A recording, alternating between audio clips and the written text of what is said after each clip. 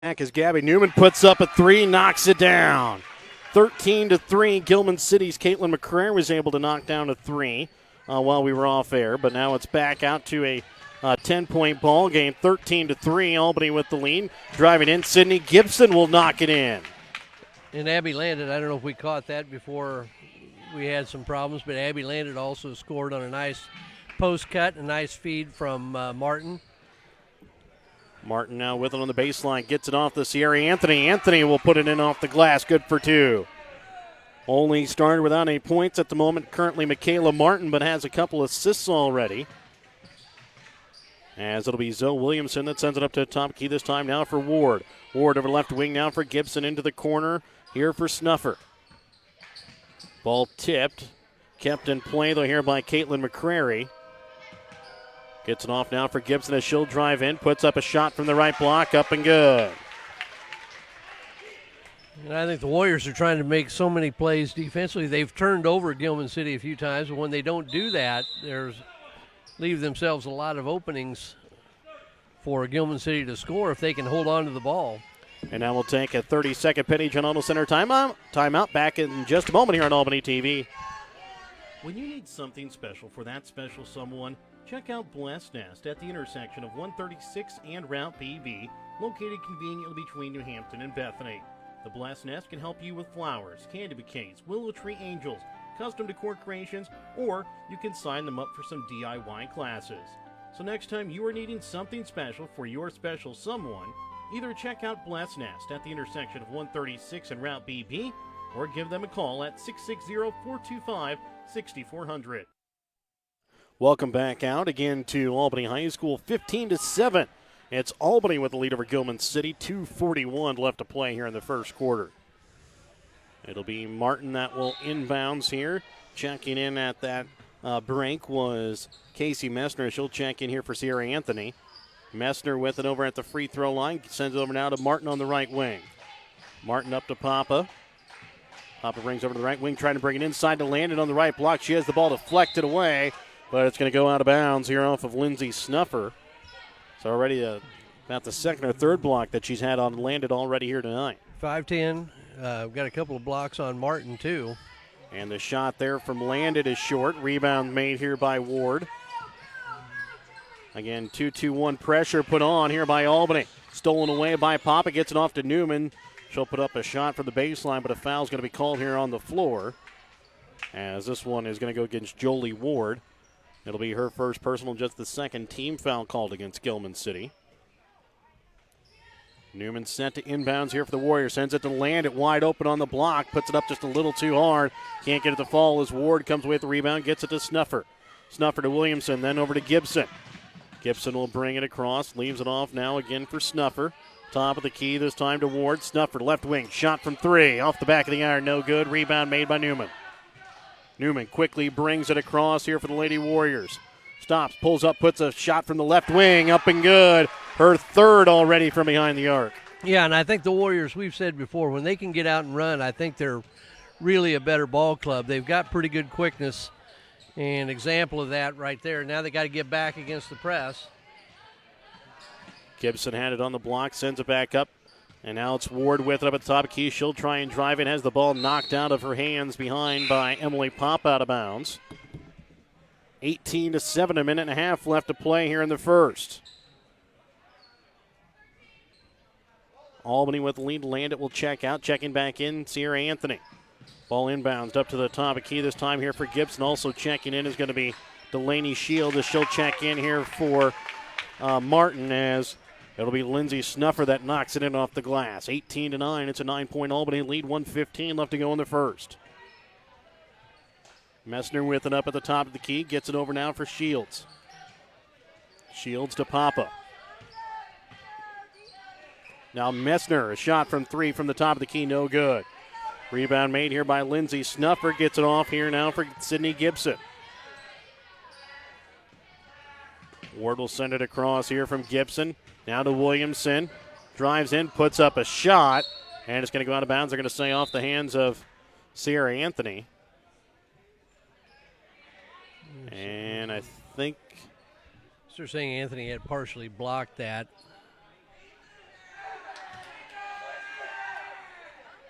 So they're going to say Anthony got a piece of it, and it'll be Gilman City basketball. Inbounding will be Ward. Trying to inbounds it to Gibson. Ball tipped out of bounds here by Newman. Now left to inbounds from right in front of midcourt. And inbounding will be Snuffer. With it up at the top of key is Ward.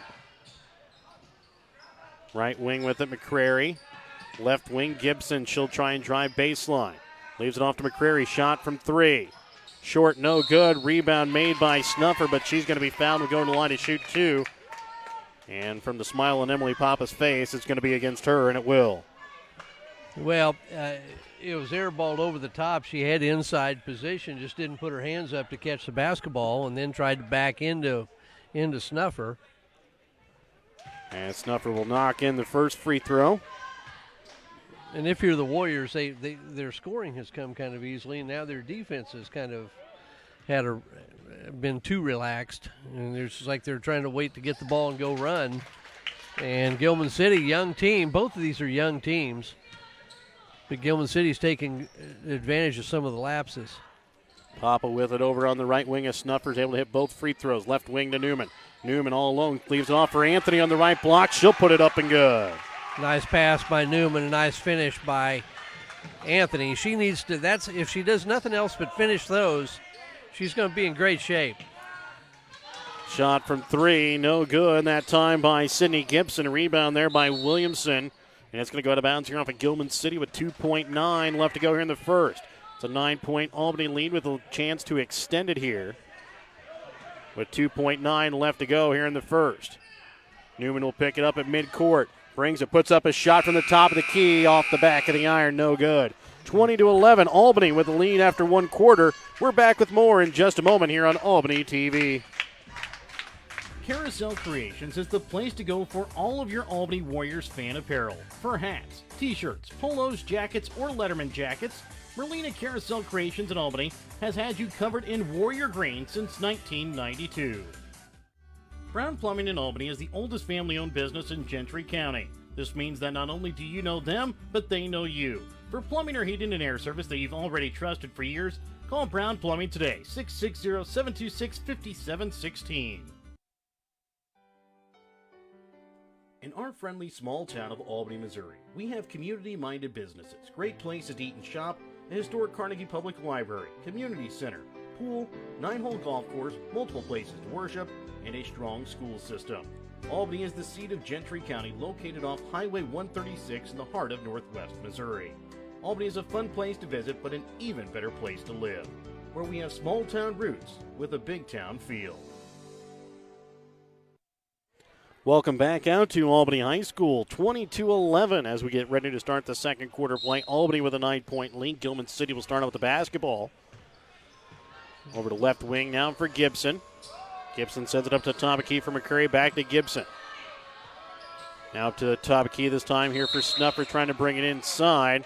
And a travel is going to be called here against Williamson. Well, that was going to be a travel or a steal. And if you're Coach Crawford, probably what you're talking about right now is you're doing some really good things on offense. Now you want to tighten up your defense a little bit and quit allowing such easy baskets. Just like right here, give it. See, too late. She's looking to get the ball back out front instead of looking to hit the. She had landed there on the block. Landed wide open again. Now too late, but good job getting it back out. And Newman shot from three, no good. Shields will come away at the rebound, gets it back off again to Newman.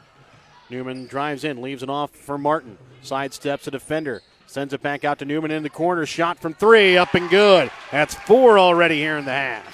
Good work by Martin and Newman both. And this one's going to go off here of Sydney Gibson out of bounds right in front of the Gilman City bench. It'll be Albany basketball, 23-11, as we're 50 seconds here into the second quarter of play. Newman will bring it across, sends it this time now for Anthony. Anthony leaves it off now for Martin. There she is. Now landed on the right block, up and too hard, no good. And then it's going to go out of bounds here off of Jolie Ward and remain Albany basketball. And Abby'd be the first to tell you that's something she's got to finish. That's been a couple of those. She's gotten a nice feed, just hasn't finished. We're going to pop in the corner again. Another shot from Newman from behind the arc, no good. Rebound made here by Williamson. She'll get it off this time here for Jolie Ward. Across now for Sydney Gibson.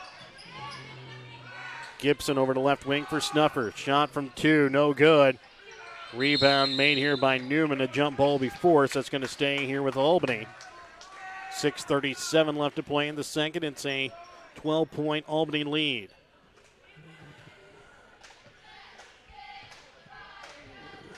Newman brings it across, leaves it up now for Anthony. This has got to be a quick delivery. Wide open, didn't get it. Now, not as open that time. Shields will give it over to Anthony now for Martin. Land it not open, so sends it up now for Newman up at the top of the key. Puts it up from 3. Rolls out, no good. Anthony with the rebound. Puts it up and gets fouled as well. And I thought Sierra did a lot better job that time. Warriors doing a good job running their offense. They've gotten Newman a lot of nice looks. But that time she grabbed it, took a hard dribble, gathered herself, and went up strong and finished. Shot from Anthony from the free throw line, up and good. She has 7 points here early in the ball game. 26-11. 6:11 left to play here still in the second quarter. Ward will try and send it across. Ball tipped by Newman and then tipped here off of Gilman City's Sydney Gibson out of bounds. 26-11, and this is a little bit of a danger zone here, maybe here early in the second quarter still for Gilman City. Yeah, really it is. And Warriors are going to run their other offense here. Tiger. As Newman will drive in, gets the bucket to fall and the foul. Her first points that have come in front of the free throw line here tonight. And what Tiger does is really create some driving opportunities from the wing because they bring both post players up to the high post area. A lot of threes, a lot of drives. Well, Newman will shoot a free throw here as Shields will come out. Checking back in will be Martin. Newman's free throw attempt up and good. She has already 15 points here early in the second quarter. Back here for Snuffer. Now back again to Ward. Gets it off to Snuffer. Brings it across here now for Sydney Gibson. Gibson throws it in now to Williamson. Williamson puts up a shot from inside the paint. Can't get the fall. Rebound made by Landit. Nice box out by Landit. It's kind of a forgotten art. Gabby with a quick 3. Can't get it to fall. And then it's going to go out of bounds here off of Abby Landit. Off the rebound will be Gilman City basketball. 29-11. It's an early Albany lead with 5:25 still left to play here in the second quarter. And they've really tightened up their defense here in the second quarter early on. Not quite as impatient. The steals and the turnovers are going to come. Williamson with it at the top of the key. Gets it off here for Ward. Ward over to the right wing now for McCreary. Up to the top of the key for Snuffer. Left wing, Gibson. Gibson drives to the baseline. Leaves it off to McCreary. Ball stolen away here by Gabby Newman out of the air. And she's going to be called here for a carrying violation. With just about 3 minutes gone here in the second. Albany starting out the second quarter on a 9-0 run. Both teams been man-to-man, Gilman has been man-to-man primarily. Albany's been in a 2-3 zone. Drop back, start 2-2-1, drop back to a 2-3 zone. Into the corner now for Ward. Drives baseline, but she's going to be called here for a travel. And again, we talked about it. It's two young teams. Gilman City, 4 sophomores on the team, 4 freshmen on the team, starting 3 freshmen here tonight. Yeah, and they're going to do nothing but get better. And Casey Messner left wide open on the right wing, and she'll knock it down from 3 herself, 32-11. That's out to a 21-point Albany lead. Trying to give it off here for Gibson. Now she'll give it back to Snuffer. Sends it across for Williamson over to Gibson. Leaving it off for Snuffer, left wing shot from 3, off the mark, no good. Rebound made by Anthony. Anthony will get it off here to Newman. 4:15 left to play in the second. Warriors just about to the point in the game where they pull that press off. Shot from Martin off the inside of the iron, no good. Rebound made here by Snuffer, and she'll try and bring it across. Sends it out to McCrae, but it's going to go over her, and it's going to be picked up here by Messner. Messner will bring it across halfway through the second quarter play. 32-11, Albany with the lead. Right wing for Martin. Martin sends it up now to Anthony. Left wing now for Messner. Up to the top, key for Newman. Newman puts up a little floater from the left elbow, up and good. 34-11, 3:35 left to play in the second. Sending it across for Williamson, then trying to get it to McCrary, but stolen away in the backcourt here by Newman. Newman quickly sends it off for Martin on the right block. She'll try and leave it off for Anthony on the left block, up and good. Nice job by Martin. She's had a couple of those blocked. She gets in among the trees, but that time she did a nice job of finding Sierra Anthony and finished with her offhand. And a timeout is going to be called here by Gilman City, a full Pettyjohn Auto Center timeout. 36-11, 3:10 left to play in the second. We're back with more in just a moment on Albany TV. Have you looked at Pettyjohn Auto Center lately? We're a full-service Ford, Lincoln, Chrysler, Dodge, Jeep, Ram, Buick, Chevrolet, and GMC dealer. And we're located right here in Bethany and Albany. No matter what you need when it comes to your vehicle, we've got you covered. Factory-certified technicians, OEM and aftermarket parts, and our state-of-the-art body shop, Pettyjohn Collision Center. Plus, vehicle financing options for every budget. So the next time you need anything related to your car, truck, SUV, or van, we're here to help. To schedule service or shop our entire new and used inventory online, visit pettyjohnauto.com. That's pettyjohnauto.com.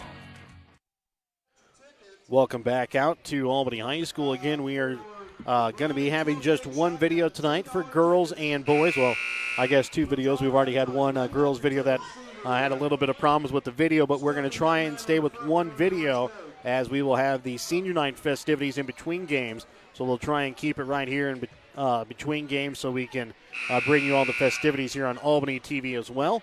It's a 36-11 lead here with 3:10 left to go here before halftime. Albany with a big 25-point lead. A 16-0 run here in the second quarter.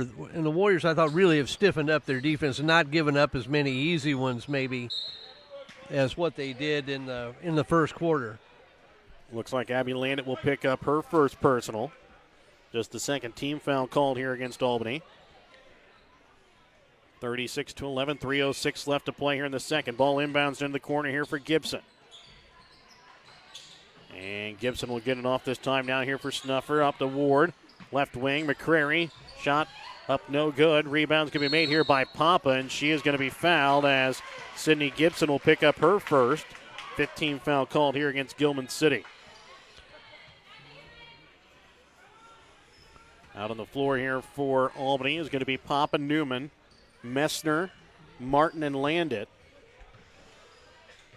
Now the Hawks going to a little zone action themselves, going a little 1-3-1. I thought maybe it's a box and one. It's just 3-2 or a 1-2-2 zone. Martin will give it off to here now for Messner. Over now to Papa. Into the corner now for Newman. And now for Abby Landon on the right block. Puts up a shot, but she's going to be called here for a travel before she can get the shot off. Yeah, and that time she did a nice job with the pump fake. Use the pump fake, then go the other way. Just shuffled her feet before she could get going, but a little bit of growth there. Over the left wing with it is going to be Gibson. Send it into the corner now here for Ward. Ward brings it in now to the block to Williamson. She'll put up a shot off the side of the backboard. Rebounded by Messner. Quickly gets it off now for Newman. Newman will drive in with a Euro step. Can't get it to fall. Rebound by Papa. Papa puts up the shot. Can't get it to fall. Ward then comes away with the rebound. Ward brings it across over the left wing now for Gibson. Will drive to the baseline. Now trying to bring it back for McCrary, but there's going to be a travel called here against Gilman City. Getting 1:48 left to play here in the half. Williamson, I'm sorry. Go ahead. Jared, I'm sorry. That's all right. Checking in here is going to be Bailey Williamson here for Gilman City. Newman trying to bring it in and land it, but it's going to be knocked out of bounds here off the hand of Snuffer. And the Hawks have Zoe Williamson playing inside. She's listed at 5'5", and I wonder if that's not maybe being generous. Shot from Landit from three, no good. Again, just short. Again, she was able to hit her first one. That opened up the scoring for Albany from the top of the key. Has not yet hit one since, but over the left wing with it is Gibson. Brings it inside for Snuffer, just in front of the left elbow. Can't get it to fall. Rebound made there by Williamson. She can't get it to go. Snuffer with the shot, can't get it to go. And then on the third opportunity, she's able to knock it in off the glass. 36-13, first points here of the quarter from Gilman City, come with 1:15 left to play in the second. Landed with it in front of the free throw line. Gets it off now for Papa into the corner, looking for Messner, but it's going to be just out of her reach, out of bounds. You know, I'd say right there, Papa didn't make a great pass, but she did the right thing by penetrating. We've seen that a bunch of times this year, that baseline penetration where you've either got to decide you're going to come off and help on her, which they did, and shoot her wide open in the corner. And now Papa comes away with a big steal. Goes up and puts it up, good for two. As so she got it right Papa back. Gets the big steal, brings it back in transition, 38-13, Albany with the lead. Now Newman with the steal here in the backcourt. And she'll go up and she'll lay it up, good for two. And now the Warriors have pulled out of their press, but now they're back in a straight zone, which is easy for them to set up now. Should be harder for Gilman to attack a set zone. Over to left wing with it here is Gibson. She'll try and drive in again. Going to be called here for a traveling. With just underneath 20 seconds left to play here in the second. And the question, do you go for one? Do you just go ahead and play it out? 19 seconds against the zone. Probably you just want to go ahead and play it. They'll go to some 1-4 action here and allow the drive. Probably go at 7 seconds. Newman trying to leave it off for Anthony. And it's going to go out of bounds here off of Albany with 4.3 left. Newman trying to feed it there to Anthony on the baseline, but just not able to get a hold of the pass, and then it's going to be out of bounds. But at halftime, 40-13, it's Albany with the lead here over Gilman City. We're back with the halftime on Albany TV, and we come back in just a moment. She did the right Ag Services is determined to make their broad inventory of seed, fertilizer, and crop protection products available to all local farmers. GFG Ag Services has worked side by side with farmers for nearly 30 years. They have learned in that time that no two farm businesses are the same. GFG Ag Services takes this knowledge to heart every time they work with their customers. Find out more about GFG Ag Services and to find your nearest GFG Ag location online at gfgagservices.com. Routine immunizations protect children from more than a dozen diseases such as measles, mumps, chickenpox, polio, and whooping cough. Harrison County Community Hospital's medical clinics in Bethany now accept commercial insurance for immunizations of children ages 18 and under. When your kids need their vaccinations or to see whether their immunizations are up to date, schedule an appointment at Bethany Medical Clinic or Harrison County Family Health Center.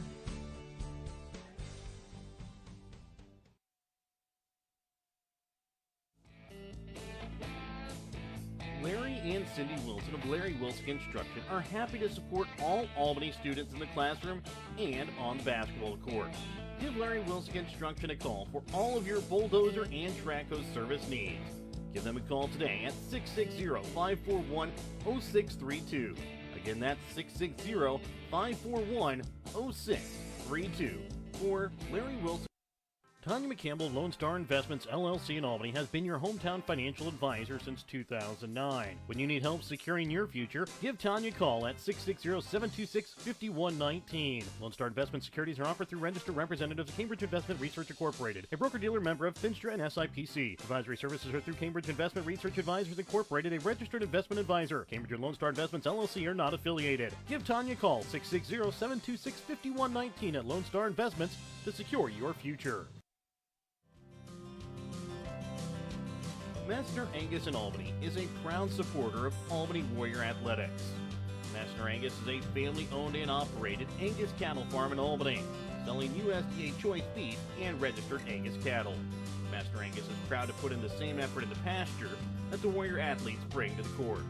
Master Angus is a longtime supporter of Albany Warrior Athletics.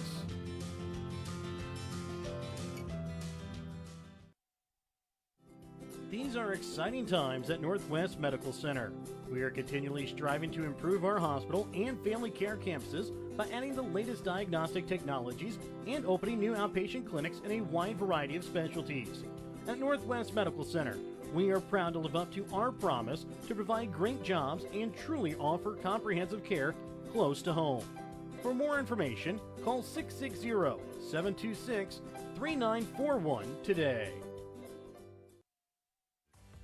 Whether you are hungry for a burger, steak, fish, Mexican, or fresh salad bar, Papa's Family Restaurant in Albany has it all. Papa's is family friendly with a playroom for the kids, so the grown-ups can enjoy their meal. Make sure you leave room though for dessert, because you shouldn't leave without trying some of Christy's homemade pies, cookies, or other goodies, or take some to go. For a delicious meal at a great price and an even better atmosphere, you have to head to Papa's Family Restaurant on 136 in Albany.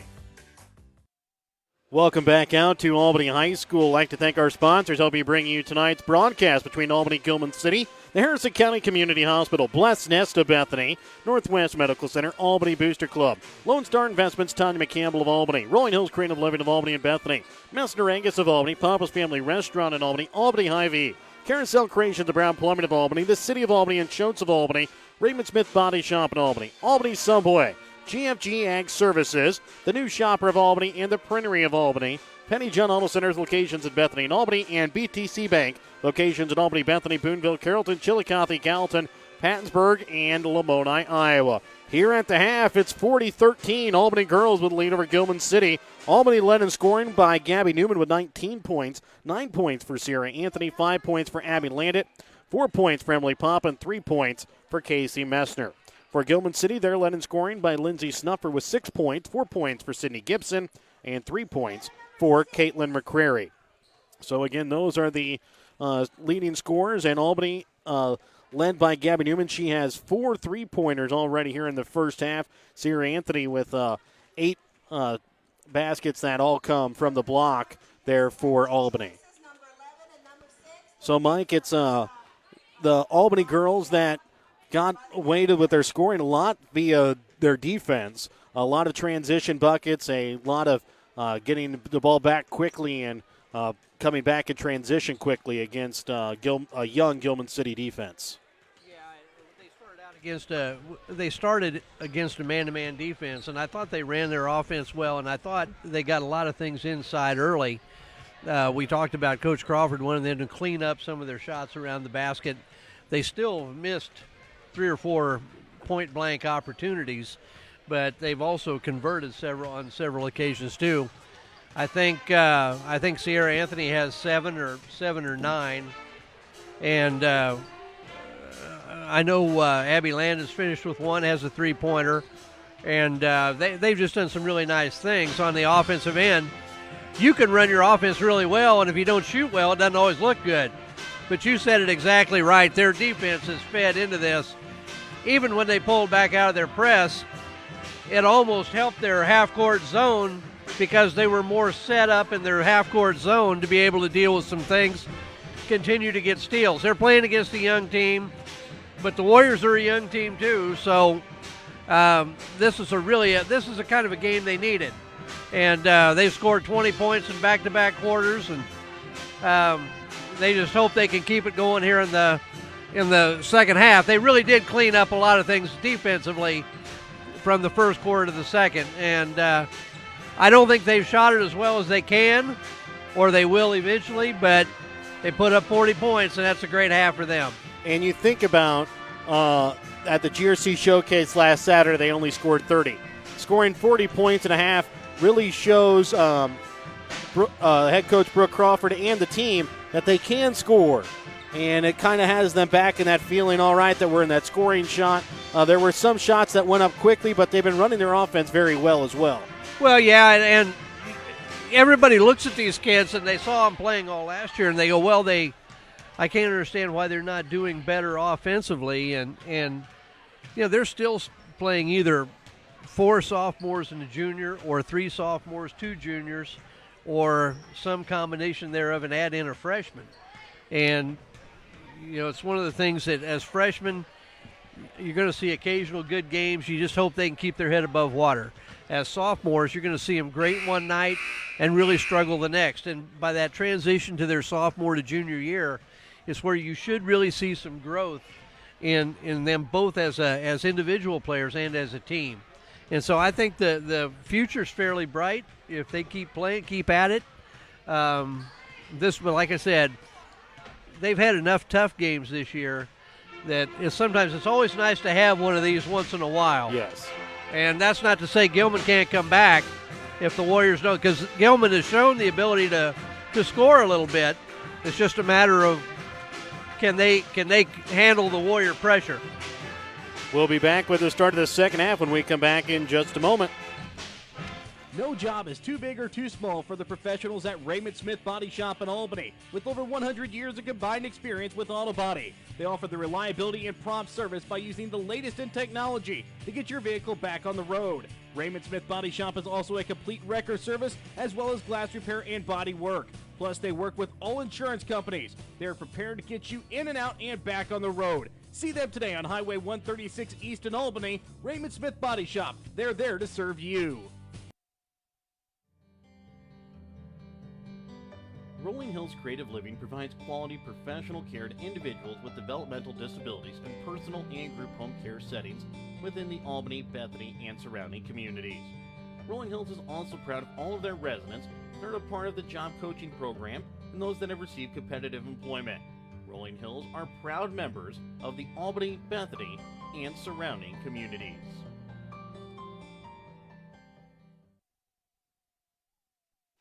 Welcome back out to Albany High School as we get ready to start out the second half. Again, it's a 40-13 lead here for the Albany girls over the Gilman City girls as we get ready to start the second half. It'll be Gilman City basketball to start out the second half of action. It'll be Lindsay Snuffer that will start out inbound to the basketball. Also out of the court, Jolie Ward, Sydney Gibson, Caitlin McCrary, and Zoe Williamson here for Gilman City. It'll be Anthony as well as Martin, Newman, Landit, and Papa out on the floor here for Albany. Williamson comes away with it on the left block, puts up a shot, no good. Rebound's going to be made here by Anthony. Quickly gets it off now to Martin. Martin will bring it across, sets it up at the top of the key, over to left wing for Papa. Emily Papa with it. We'll send it back up again here to the top of key for Anthony. Right wing now for Martin. Newman again up at the top of key. Again, she had 4 3-pointers in the first half, finished with 19. I think the Warriors came out running their man-to-man offense, and Gilman staying in their zone. Up, Trying to do a half-court pass there over to Martin. She's not able to come away with it. It goes over there into the Warrior pep band. right idea, just a little too much elevation. Left wing, McCreary's shot from just inside the arc, no good.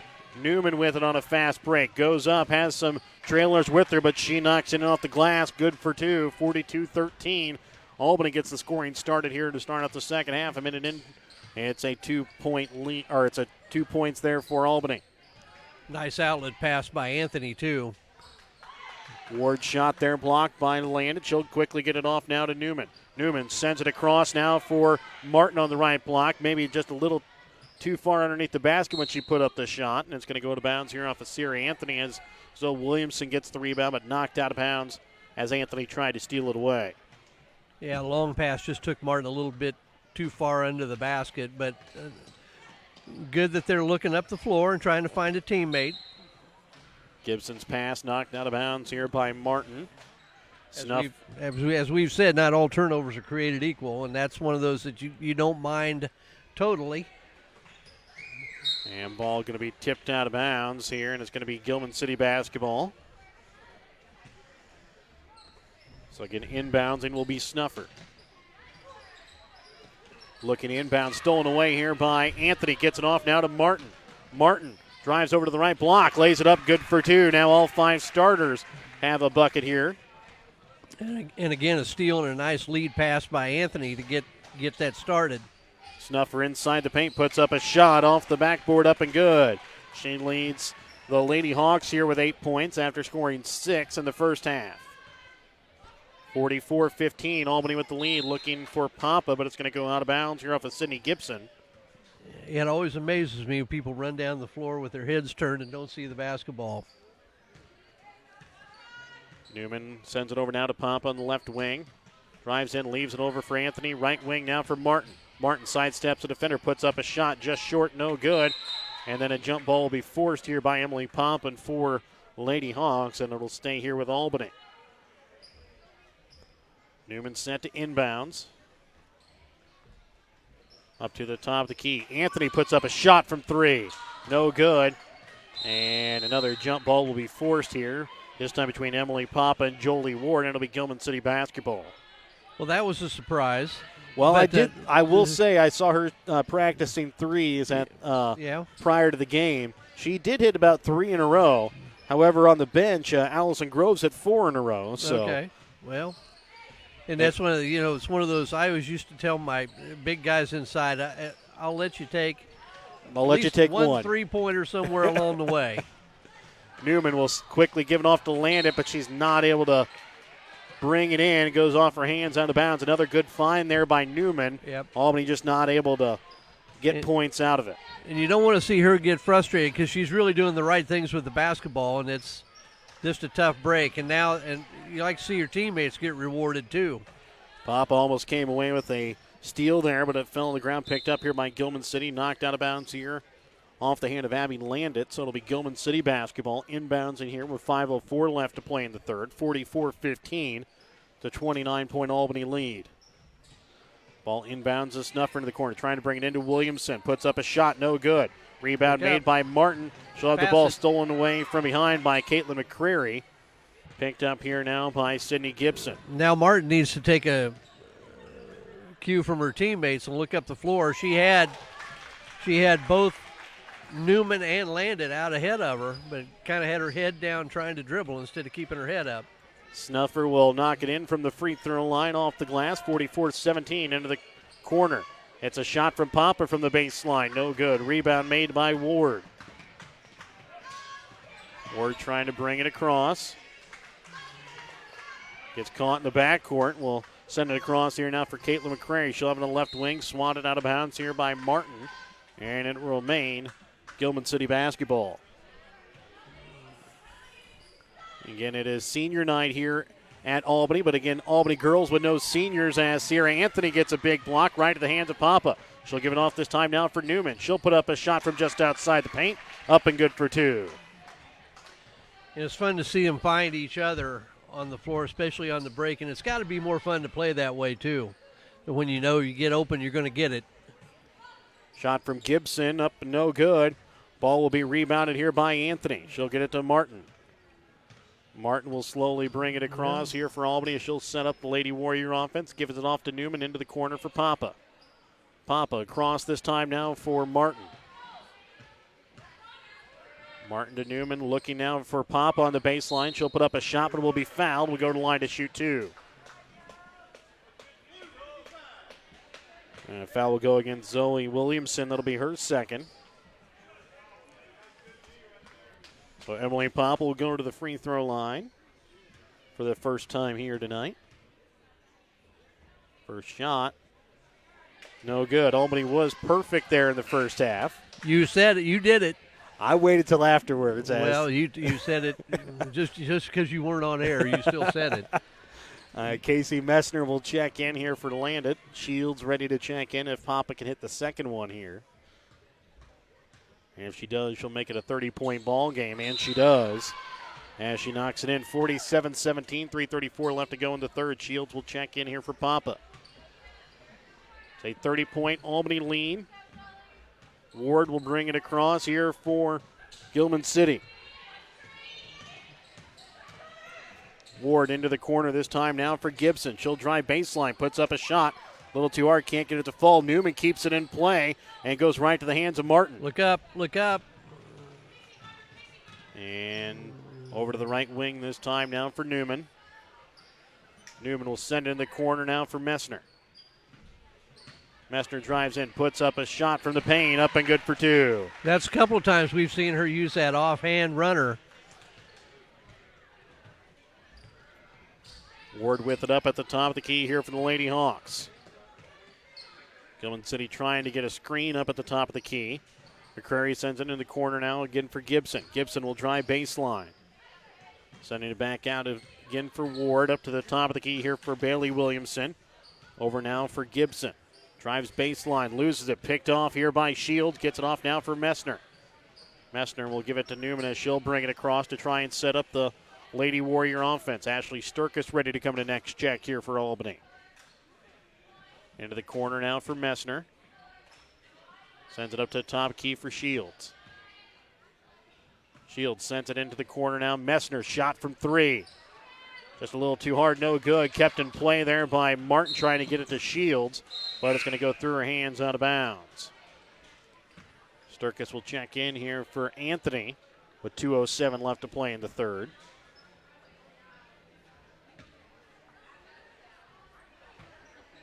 So again, it'll be Jolie Ward bringing it across. It's a 32-point Albany lead with 2 minutes left to play here in the third quarter. Gibson with it over on the right wing. Trying to bring it inside. And shot up and good here as Jolie Ward is able to knock it in for two. Messner with it over on the right wing up to the top. Key Martin left wing Shields. Shields into the corner for Newman. Puts up a shot from three. Rolls out, no good. Rebound made by McCrary. Ward with it as she'll bring it across the timeline here for Gilman City. Sends it over now for McCrary, but it's going to go through her hands out of bounds. It'll be Albany basketball. Just enough pressure put on there by Newman to force another unforced turnover by Gilman City. Yeah, and the Warriors have gone to a little man-to-man here in the second half. Shields with it over on the left wing. Into the corner again, Newman. Shot from three. Up and no good. Another rebound made here by Jolie Ward. Newman was able to hit 4 3-pointers in the first half. Hasn't been able to hit any here in the second. Gibson drives to the baseline. Leaves it off here now for Bailey Williamson. Gives it off for Snuffer. Puts up a shot. She'll be fouled to go to line, and she'll shoot two. Well, and maybe with the Warriors right now, they're just there, and they've scored pretty much at their pace, and you just almost like seeing them be maybe just a little more patient, as now they're just trying to go awfully quick. So Snuffer, who was 2 for 2 from the free throw line in the first half, first shot, no good, and again, it happened. So it'll be Emily Papa that will check in now as Gabby Newman will take a quick seat here for Albany. 1:02 left to play here in the third. Next shot upcoming here from Snuffer is up and good as she's now 3 for 4 from the free throw line. 29-point Albany lead, a minute left to go in the third quarter. Martin over to left wing now for Shields. Into the corner now, Papa. Papa will send it over now for Martin on the right wing. She'll drive in, puts up a shot off the back of the iron, no good. Rebound's going to be made by Snuffer. Gives it off again here for Ward. Emily Pop will now play at the top of the zone here for Albany. Over to the right wing here now for Gibson. Puts up a shot from the right elbow. Can't get it to fall, but Snuffer there for the rebound. Goes up a little too hard. Can't get it to fall. Messner with the rebound. Lindsay Snuffer will be called here for the foul. Will be her first personal. Tough break for Snuffer. I think she's really had a nice ball game for Gilman City and just didn't get that one to fall. See what the Warriors have going here. 25 seconds. They go for the last one. Should be their ball to start the fourth quarter. Snuffer with 11 points already here for Gilman City. As the right wing with it here is going to be Martin. Martin sends it up now for Messner at the top of the key. Right wing, Martin, she'll drive the baseline, puts up a shot, but it's going to go right to Ashley Sturkis. She'll go up a little too hard, can't get it to fall. Martin with the rebound. 3 seconds left to go here in the third. Over now for Papa. Shot from the baseline. Shot at the buzzer. Up and good as Papa gets it in right before the buzzer. 51-20. We'll have running clock when we come back to start the fourth when we come back in just a moment. Schultz in Albany is your convenient one-stop shop for fuel, food, and a full line of convenient snack items. Try the delicious Champs chicken prepared daily. Maybe your favorite is the tenderloin sandwich, or maybe it's the chicken sandwich, or maybe it's one of the many other available sandwiches. Dine in at one of the spacious tables or booths, or take out. Schultz is open 5 a.m. to 10 p.m., so whether it's before work, after work, or for an afternoon snack and fuel, your only stop needs to be Schultz on Highway 136 in Albany. When you need something special for that special someone, check out Blessed Nest at the intersection of 136 and Route PB, located conveniently between New Hampton and Bethany. The Blessed Nest can help you with flowers, candy bouquets, willow tree angels, custom decor creations, or you can sign them up for some DIY classes.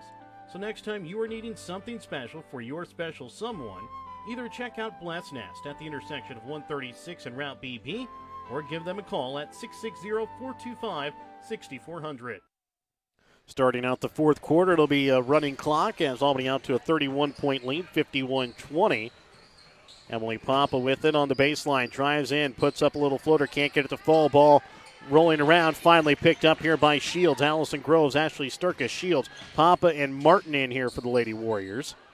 Martin will send it over now for Papa. Now back up to the top key again for Martin. Over to the right wing for Shields.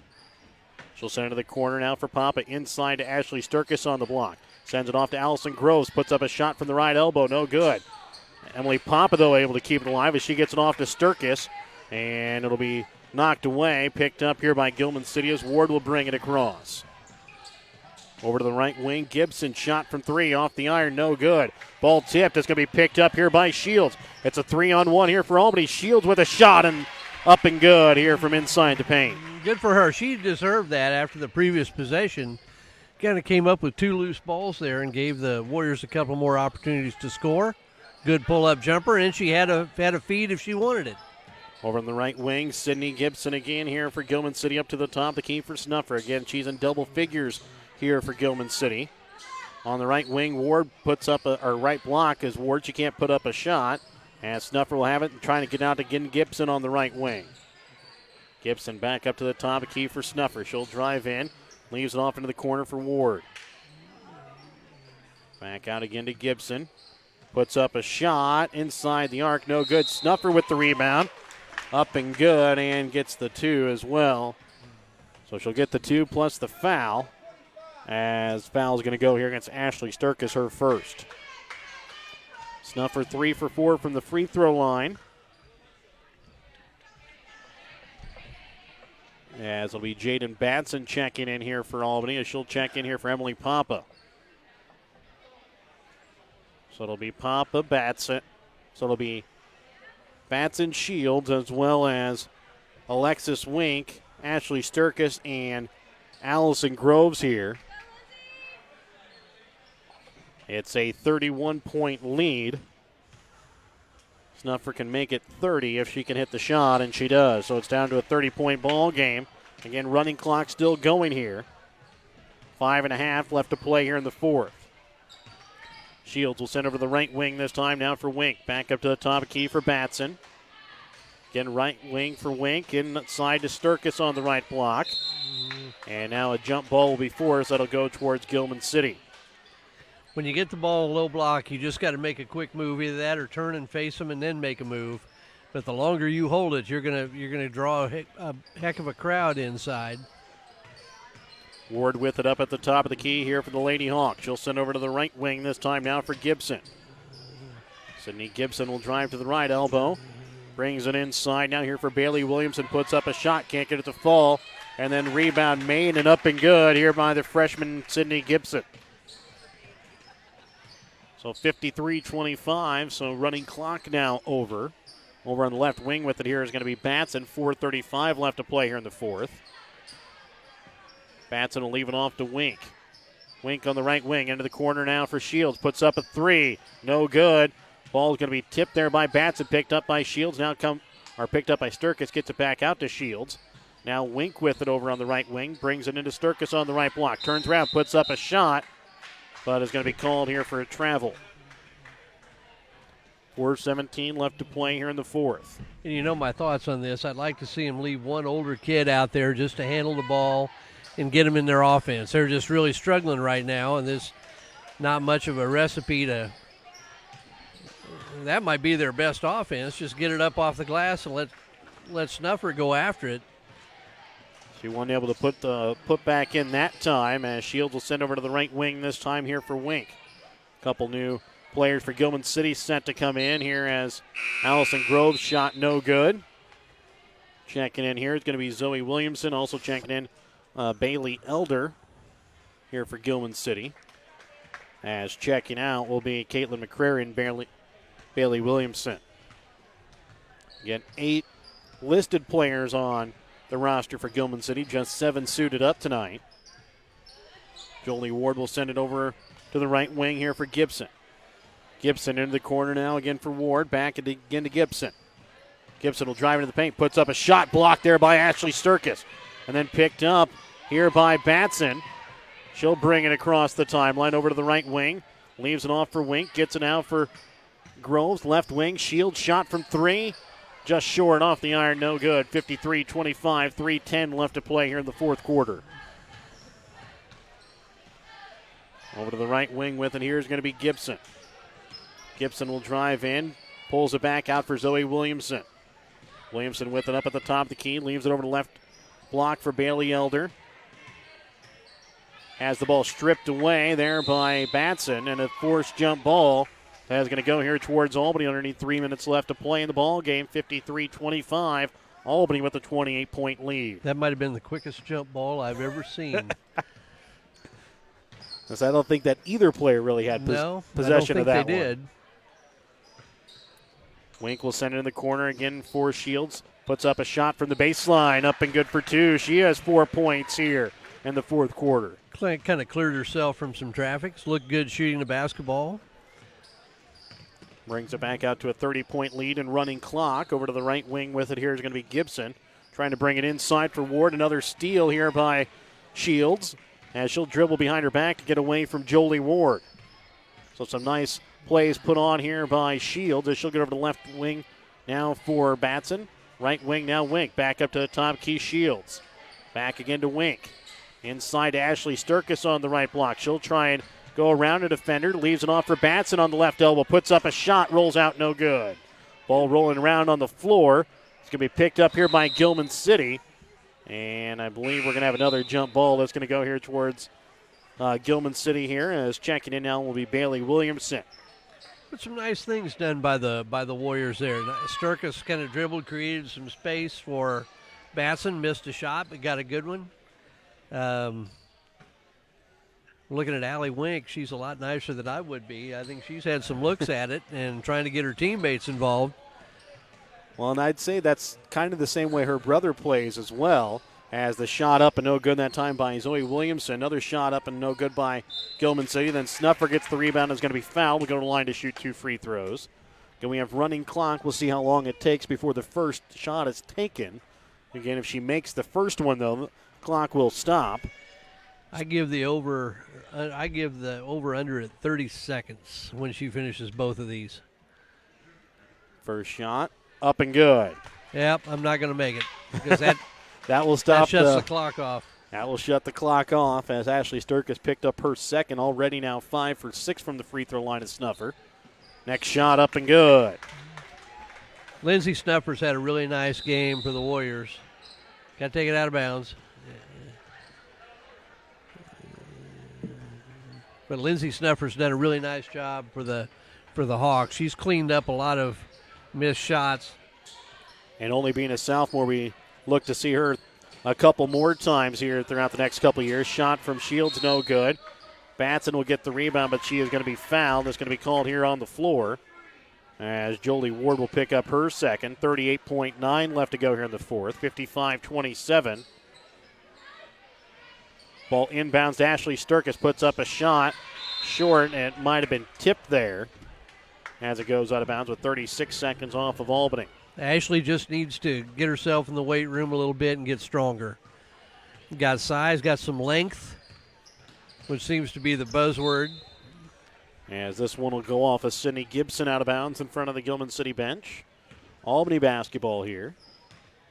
As again, Shields will bring it across. 39 seconds. And you think for a team that has not played a lot of JV games in this Albany girls, it's really some of the best thing that they can do playing here in some of these varsity games late in the fourth quarter, as not many JV games have been played so far this year here for Albany. As driving in is going to be Jolie Ward. She can't get it to go. Up to the top of the key. Puts it up a shot from the top of the key. Up and good. Sydney Gibson knocks it in right before the buzzer. 55-30. It's a 25-point victory here for the Albany girls over the Gilman City girls. We're back with more in just a moment here on Albany TV. Show your school spirit with a the BTC Bank School Mascot Debit Card. Choose the card that fits your favorite local school, and you can earn that school extra cash. Available for new accounts or replacement cards for an existing account. Visit one of BTC Bank's 8 locations to get your school mascot debit card today, where they can instantly issue your new card. BTC Bank, community-minded, just like you, member FDIC. Community-minded, just like you, BTC Bank.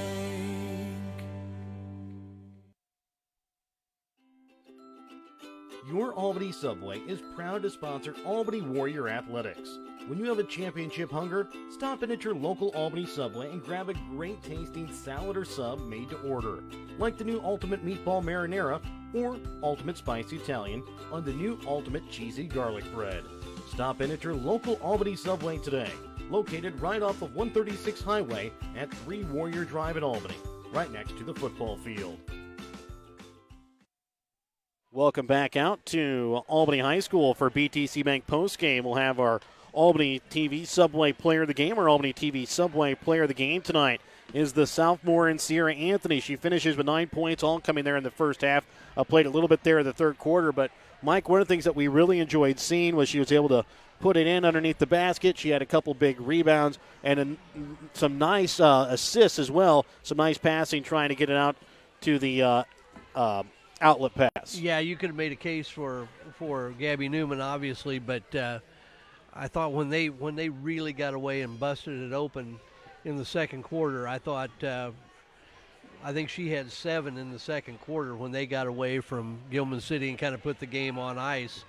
And you combine that with one of the things that I know Coach Crawford wanted to see was to see some finishes around the basket. She did that tonight. I think she missed her first one, but all the other opportunities she got, she did finish. Had some steals, had several rebounds. I mean, I don't know what the total was, but I think she was probably their leading rebounder. And I thought in the second half, she really triggered a couple of fast break opportunities with some great outlet passes that led to layups. So, like I said, there are a couple people we could have gone with. I think Sierra's a good choice. And Gabby Newman did finish leading the way with 23 points. Again, she had an excellent game as well, a lot of big assists. But Sierra had just a little bit more rebounding and stuff. We decided to give it to her tonight. So absolutely. Also for Emily Papa, scored 7 points for the Lady Warriors. Casey Messner with 5. Abby Landit with 5. Delaney Shields with 4 points. Michaela Martin with 2. For Gilman City, they were led by Lindsay Snuffer with 16 points, 10 coming in the second half. 9 points for Sydney Gibson, 3 points for Caitlin McCrary, and 2 points for Jolie Ward. I'd like to thank our sponsors, help you bring you tonight's broadcast of Albany Gilman City Girls. BTC Bank with locations in Albany, Bethany, Boonville, Carrollton, Chillicothe, Gallatin, Pattonsburg, and Lamoni, Iowa. Penny John Auto Center locations in Bethany and Albany. Printery of Albany, New Shopper of Albany, GFG Ag Services, Albany Subway, Raymond Smith Body Shop of Albany, the Shoats of Albany and City of Albany, Carousel Creations, Brown Plumbing of Albany, Albany Hy-Vee, Papa's Family Restaurant in Albany, Messner Angus of Albany, Rolling Hills Creative Living of Albany and Bethany, Lone Star Investments, Tanya McCampbell of Albany, Albany Booster Club, Northwest Medical Center, Bless Nest of Bethany, and Harrison County Community Hospital. We're going to keep the video right here. We're going to take a quick timeout. We'll come back with senior night festivities here from Albany when we come back in just a moment here on Albany TV. The Albany Booster Club is a group of supporters who come together to make a better experience for the students. They try to help students in any way possible, whether it be on the court, on the mat, on the field, on the track, on the stage, or in the classroom. The Albany Booster Club, longtime supporters of the Albany R3 School District, joining together for the better of the Albany R3 students. The Albany Hy-Vee Pharmacy is open Monday through Friday, 9 a.m. to 6 p.m. and on Saturdays, 9 a.m. to 1 p.m. Part in activities this winter. Our first senior is Ahmed Halim. Ahmed is the son of Hisham Fikri and Awatif Abakaraza. He is involved in basketball and track. Ahmed's favorite memory is scoring his first basket. He plans to attend college to study program engineering. Ahmed is escorted by Roger and Carol McIntosh.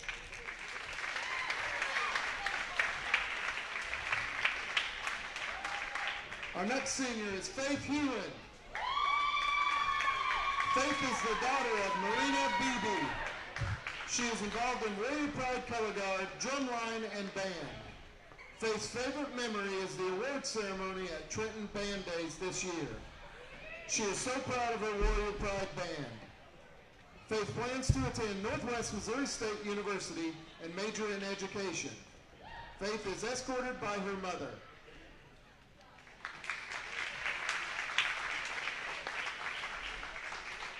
Harrison Kirchner.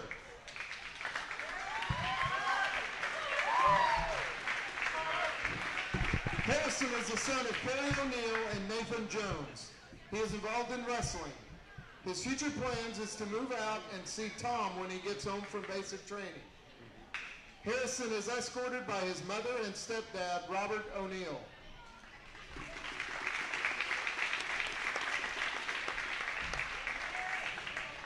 Quinn Manring.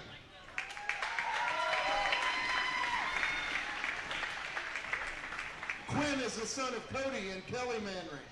He is involved in basketball, golf, and NHS. Quinn's favorite memory is going to the NAIA basketball tournament with his team. He plans to attend the University of Kansas School of Architecture. Quinn is escorted by his parents.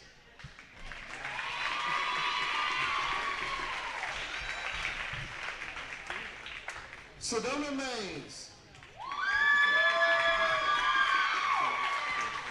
Sedona is the daughter of Noah and Aaron Mays. She is involved in band, choir, and this year's school play, Alice in Wonderland. Sedona's favorite memories are her every last of this year. Last winter concert, last homecoming, last winter break, and eventually the last day of school. She plans to attend Northwest Missouri State University and major in medicinal chemistry. Sedona is being escorted by her parents.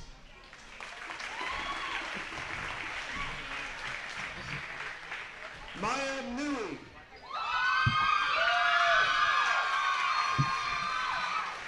Maya is the daughter of Brad and Stacy Newey. She is in band, color guard, drumline, student council, and track. Maya's favorite memory is rides to the football field and back, getting ready to march before the games with Gavin, Garrett, Paige, and Faith. She plans to study music education at Northwest Missouri State University. Maya is escorted by her parents.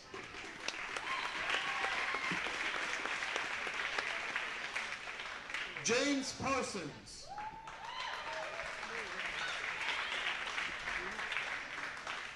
James is the son of Jim and Velvet Parsons. He is involved in band.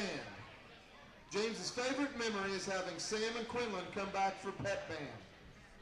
His future plan is to play baseball, and James is being escorted by his parents.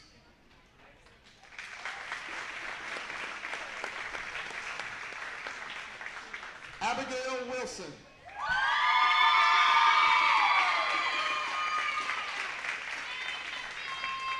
Abigail is the daughter of Kent and Shauna Wilson. She is involved in softball, cheer, track, Scholar Bowl, D&D Club, the president of NHS, and is in the play Alice in Wonderland. Abigail's favorite memory is when Tori Runyon began referring to her as Captain because she thinks I boss her around. She plans to attend Rhema Bible Training College and become a missionary to the Middle East. Abigail is escorted by her parents.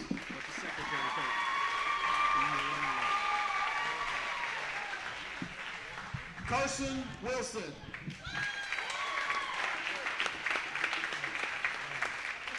Carson is the son of Larry and Cindy Wilson. He is involved in football, basketball, and golf. Carson's favorite memory is upsetting Maysville his senior year in the King City tournament. He plans to attend Northwest Missouri State University to pursue a career in nursing. Carson is escorted by his parents.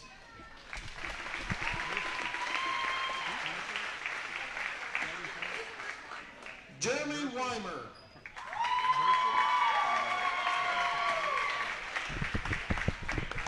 Jeremy is the son of Kevin and Lori Weimer. He is involved in Albany Warrior Wrestling, and participates in football and choir at Worth County. Jeremy's favorite memory was winning the bubble match to go to state his junior year. He plans to go to college and major in agriculture, and Jeremy is being escorted by his parents.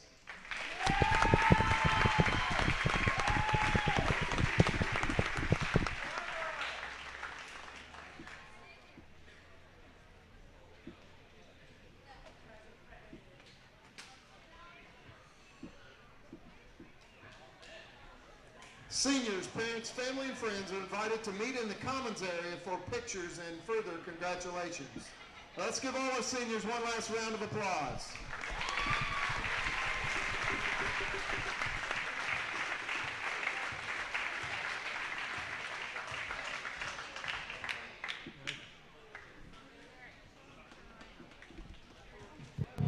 I'd like to thank everyone who has made these football, basketball, and wrestling seasons the best that we have covered to date. We'd like to send a big thank you to all of the area schools that have welcomed us into their athletic facilities to broadcast the games and for being such great hosts. We'd also like to thank all of our many sponsors that have helped us broadcast the most events that we have done over the past 4 years. We'd also like to send our biggest thank you out to everyone that has watched and helped Albany TV grow to what it has become over the past year.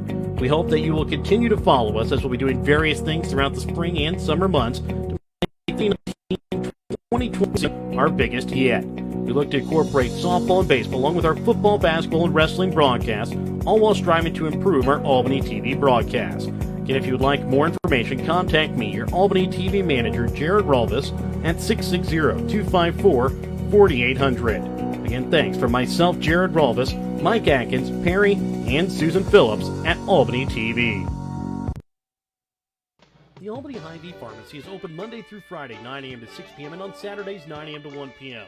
Albany Hy-Vee Pharmacy has free prescription delivery, immunization services, automated refill ordering, pharmacy drive-through lane, free blood pressure checks, and generic prescriptions. Don't forget to download the free Hy-Vee mobile app to refill your prescriptions with just a few easy steps. Plus, build your shopping list and keep your deals and coupons in one easy place. Where there's a helpless smile in every eye. Shop Hy-Vee. Carousel Creations is the place to go for all of your Albany Warriors fan apparel. For hats, t-shirts, polos, jackets, or Letterman jackets, Merlina Carousel Creations in Albany has had you covered in Warrior green since 1992. Brown Plumbing in Albany is the oldest family-owned business in Gentry County. This means that not only do you know them, but they know you. For plumbing or heating and air service that you've already trusted for years, call Brown Plumbing today, 660-726-5716. In our friendly small town of Albany, Missouri, we have community-minded businesses, great places to eat and shop, a historic Carnegie Public Library, community center, pool, 9-hole golf course, multiple places to worship, and a strong school system. Albany is the seat of Gentry County, located off Highway 136 in the heart of northwest Missouri. Albany is a fun place to visit, but an even better place to live, where we have small-town roots with a big-town feel. And welcome back out to Albany High School. It was a win for the Albany girls by a final score of 55 to 30. That the Albany girls were able to get a win over Gilman City. But now we start the boys' game. Again, same video tonight as we brought you the senior night festivities. I'd like to thank our sponsors here of Albany Gilman City Boys, the Harrison County Community Hospital, Blessed Nest of Bethany, Northwest Medical Center, Albany Booster Club, Lone Star Investments, Tanya McCampbell of Albany, Rolling Hills Creative Living of Albany and Bethany, Larry Wilsk Construction of Albany, Papa's Family Restaurant in Albany, Albany Hy-Vee, Carousel Creations of Brown Plumbing of Albany, City of Albany and Schultz of Albany, Raymond Smith Body Shop in Albany, Albany Subway, GFG Ag Services, New Shopper of Albany, Printery of Albany, Penny John Auto Center locations in Bethany and Albany, and BTC Bank locations in Albany, Bethany, Boonville, Carrollton, Chillicothe, Gallatin, Pattonsburg, and Lamoni, Iowa. Mike, it's an Albany boys team that's coming off of a victory over at the GRC Showcase. It was a three-pointer hit from the corner right before the buzzer by Trice Floyd to give the Warriors a 47-44 victory over Polo. Yeah, a good win for the Warriors, and, you know, they lost Carson Wilson to the injury at St. Joe Christian, and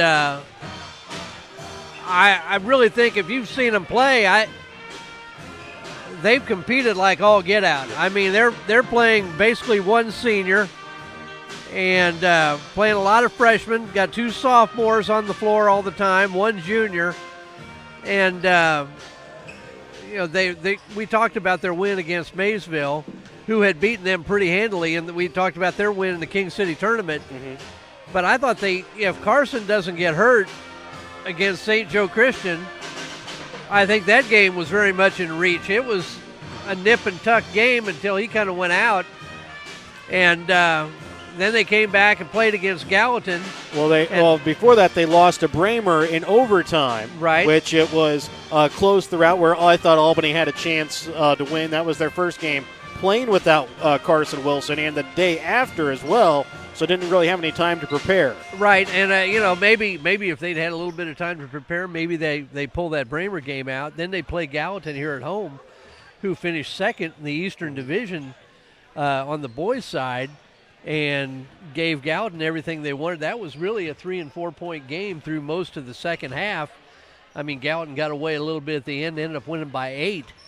But I thought they competed very well, even though they were clearly the victim of a lack of experience. And then they get the big win against Polo, who had just got done knocking off Trenton 60-31. And I'm sure Polo wasn't figuring on that. I think talking to Coach Cox, I think he's been pleased with the effort, definitely. I think the one thing he'd like to see them clean up is the number of turnovers that they get. And we mentioned every coach has their pet peeve of whether it's rebounding, whether it's shot selection, whether it's controlling tempo of the game.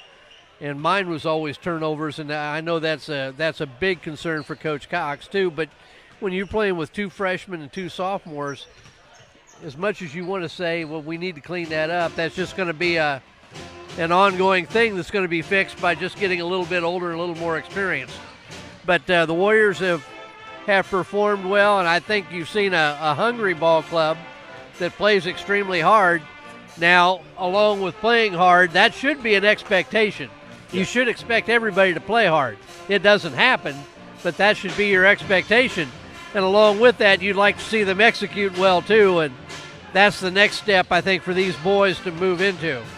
And it's a Albany boys team that has had to rely a lot on the freshmen Jordan Papa and Bobby Dodge. They have shown great strides, as we kind of even talked about in the girls' game and a little in between here. Without playing JV games, the strides that they have made in their freshman year have all had to come at the varsity level, and they have shown great strides since the beginning of the year and have really kind of held their own while out on the court here late with Carson Wilson out. They have, and I think Trice Floyd has picked up his scoring, and which somebody had to do. Caden Hutchinson's been pretty consistent all year in scoring, being able to score around the basket and score threes. I think he does a really nice job of creating his shot. But now with Carson Wilson out, you can pretty much count on Carson for at least double figures scoring-wise. And, he's such a good kid, it just breaks your heart that he can't finish out his senior year. But, we'll see what happens in this game. Gilman City's got a really good player in Caleb Bjornley, and they're young. They're a young bunch too. Bjornley's a senior. I said their other senior is Gage Sperry. Gage Sperry, yeah, and he played last year a little bit for him, and so now it's going to be a matter of can the Warriors keep those two under control while getting some things going for themselves. And we look forward to a good ball game. I think this will be a good one. And as I had talked to head coach of the Warriors and Curtis Cox earlier, he had got the opportunity to go last night over to Mercer and watch this Gilman City team play over at Mercer. And he said Bjornley really took off. I had the opportunity to watch him last year over at the HDC tournament and call the game as they were playing over at North Harrison. I can't exactly remember who they were playing at the time, but Bjornley really stood out as he scored 5 3-pointers, and I think it was 6 or 7 consecutive possessions in the first half. And as a high school player, as a junior, that's really going to set you off, and you're going to notice him pretty quickly. Yeah, and I think he's had to pick up a little bit more in the way of scoring. Had a lot of help last year. They were a fairly balanced ball club. not a big ball club, but they were really balanced offensively. And the Warriors are going to play man-to-man, and I would guess Quinn Manring will draw the assignment of guarding Bjornley, and I would almost guess you might see a similar tactic to what we saw when the Warriors played King City and Colin Breckenridge. He may just face guard him, not try to let him have the ball, and make the others play 4-on-4.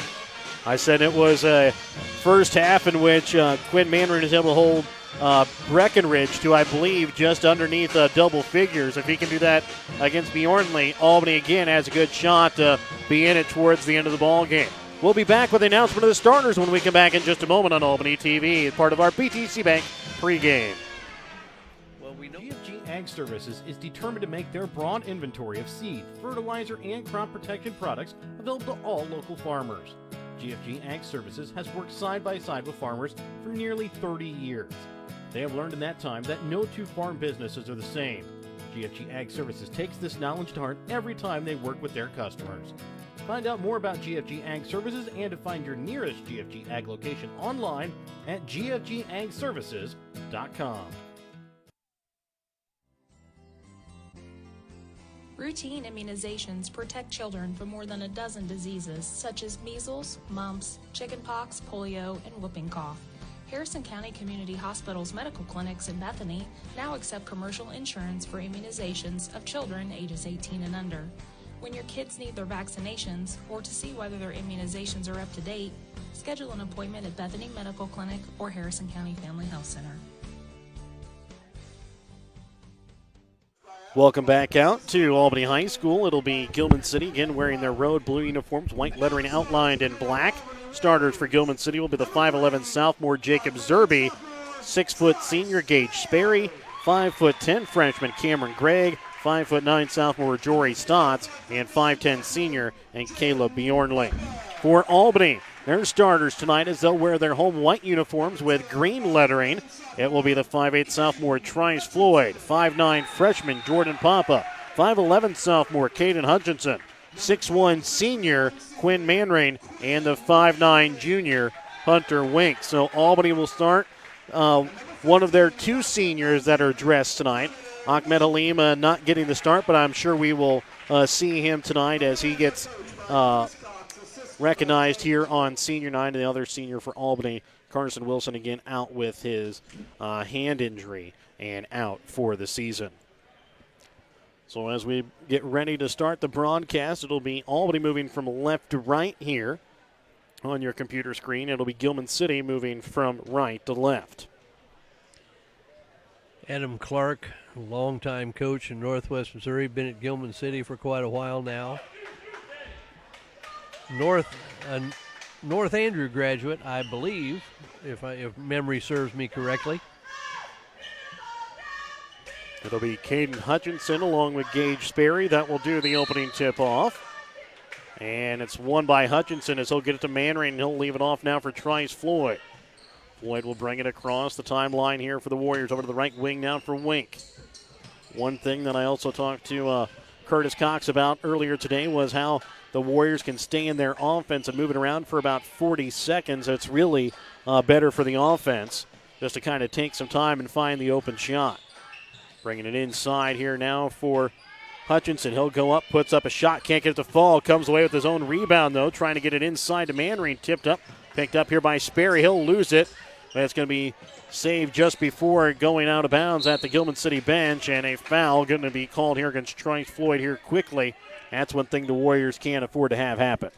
Well, they missed a shot, had a chance to run it down, turned it over, and that's kind of one of the things we may keep an eye on here is how that turnover chart goes.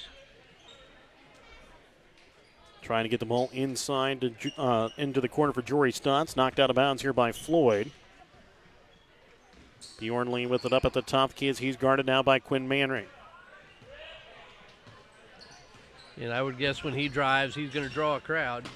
Ball tipped from behind, picked up here by Trice Floyd. He'll come over in transition, puts up a shot, but he's going to be fouled as he goes up. Caleb Bjornley will pick up his first personal. And the first team foul called against Gilman City. Trice Floyd will go to the line as he'll shoot 2 free throws. and two guys their respective teams really can't afford to have in foul trouble from each team have picked up a foul early on here in the first quarter.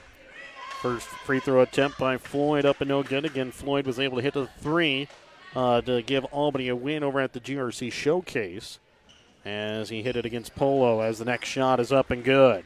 So 1-0 Albany lead, 55 seconds here into the ball game. Bringing it across here is going to be sophomore Jory Stotts.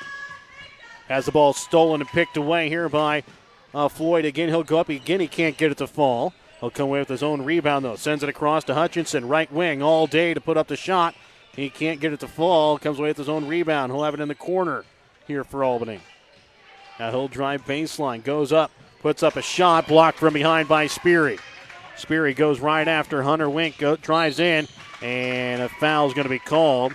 Hunter Wink playing good pressure to make him not just drive right to the basket, but does pick up the foul. He'll pick up his second team foul called against Albany. Yeah, and better that than giving a layup. But although, they are going to give him They're going to give him the two shots here. Okay, I thought they maybe got him on the floor. First shot, though, off the front of the iron, no good. It's already better than a layup. As the second shot here from Gage Speary is off the front of the iron, no good. Hunter Wink will come away with the rebound. Gets it off now for Hutchinson. Hutchinson will bring it across the center court logo here at the Albany High School gym. Right wing now for Jordan Papa. Papa back up to Hutchinson. Puts up a shot from the left elbow, extended up and good. Well, Hutchinson knocks it down. Neither one of these teams are really tall, and it looks like the Hawks are going to make the Warriors prove they can hit shots from the outside. They really sagged off inside. Stotts gets it inside to Speary. He'll drive in, puts up a shot. He'll be fouled. Again, will go to the line to shoot two free throws. Again, this is something the Warriors cannot afford is early foul trouble. 3 fouls here called within the first 2 minutes. 1 against Floyd, 1 against Papa, 1 against Wink. And at the line now here going to be, again, Gage Speary. He's already 0 for 2. First shot here, rolls around and finally falls in. And the second shot here upcoming from Speary. Up and no good. Rebound's going to be made here by Papa. 3-1 Albany with the lead. 2 minutes here into the ball game. Ball knocked out of bounds here by Bjornley. Trying to get it out for Hunter Wink was Floyd. Sperry, a similar thing to what Caden Hutchinson does on his free throws. Kind of turns it in almost like you're throwing a curve. Left wing with it here is going to be Papa. Sends it up to the top of the key for Manring. Manring trying to get it inside for Hutchinson. Now sends it over to Wink on the baseline. Up and good as Hunter Wink knocks it down for 2. That's a good start for Hunter Wink because he's passed up some shots, and maybe that'll do wonders for his confidence here as we go on in this game. Stotts puts up a pass that goes off the backboard. Over to left wing with it now here is going to be Zerby. Zerby about has the ball stolen away there by Wink. Gets it over now for Speary on the right elbow. Bjornley on the right wing trying to drive into the baseline. Puts up a shot off the iron, no good. Rebound made by Manring. Gives it off here for Hutchinson. Hutchinson gives it off to Floyd in the corner. Back to Hutchinson on the wing. He'll drive in. Puts up a shot from inside the paint. Up and good, and gets the foul. He also had Hunter Wink open there in the corner. But it goes for his own three-point play here. Nice start for the Warriors, though. Yeah, I think some of their fouling has happened. Just make good gambles on steals. You want to challenge every pass, but you're not going to get every pass. Just go after it. Just know what you can get and what you can't. We're going to get a quick timeout by Gilman. Hutchinson's able to knock it in. It's a 8-1 lead. We have a 30-second Petty John Auto Center timeout. Back for more in just a moment. Larry and Cindy Wilson of Larry Wilson Construction are happy to support all Albany students in the classroom and on the basketball court. Give Larry Wilson Construction a call for all of your bulldozer and trackhoe service needs. Give them a call today at 660-541-0632. Again, that's 660-541-0632 for Larry Wilson Construction in Albany. Welcome back out again to Albany High School. It's an 8-1 lead here for Albany over Gilman City with just about 3 minutes gone here in the first quarter of play. Bringing it across here is going to be the sophomore Jory Stotts. Drives in over to the right wing now for Zerby. Brings it back in again to Stotts. Puts up a shot. Can't get it to fall. Rebound's going to be made by Papa. Hutchinson over to left wing now for Floyd. Gives it back again to Hutchinson. Puts up a shot from three. Just short, no good. And a foul is going to be called here. As this one's going to go here against Quinn Manry, and that'll be his first. So currently 4 team fouls, 1 against each of the starters, minus Caden Hutchinson. You might be able to hear Coach Cox in the background going, move your feet, don't reach. Up to the top of the key now here for Bjornley. He'll drive in, trying to leave it off for Speary. It's going to go over his head, though, out of bounds. And it'll be Albany basketball. 4:39 left to play here in the first. A 7-point Albany lead. Bringing it across here again is going to be Floyd over the right wing now for Hutchinson. Back up again to Floyd. Floyd drives in, now pulls back out. Hutchinson at the top key, drives into the paint. Goes up, puts up a shot off the glass. Good for 2. Caden Hutchinson with 7 points here early in the ball game. Really not sure what defense I'm looking at. I thought maybe it was a box and 1 or a triangle and 2. And again, it's going to be Trice Floyd coming away with the steal, puts up a shot, can't get it to go. Hunter Wink comes away with it, sends it over now for Papa. Back up to Wink up at the top of the key.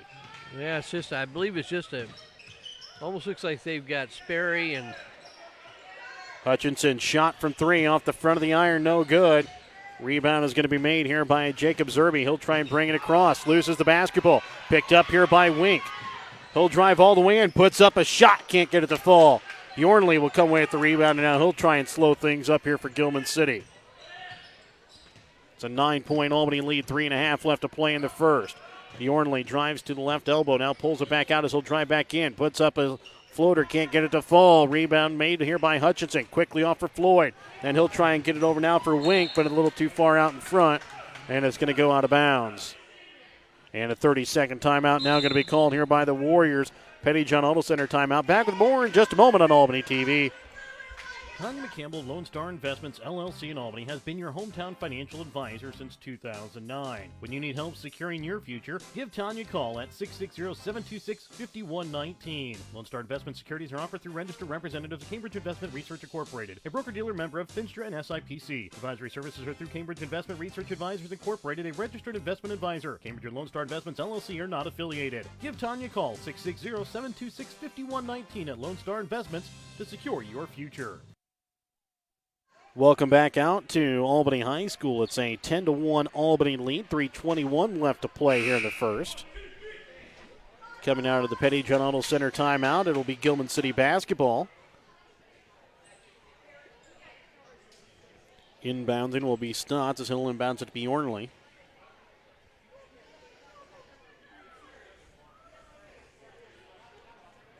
Ladies and gentlemen, if you parked your car on the north side of the school, a gray Dodge pickup SUV is slid out in the street on the Slick Hill. If you park north of the school in the gray Dodge SUV. So I have a quick little timeout here due to an announcement made. And now we'll get back to basketball action.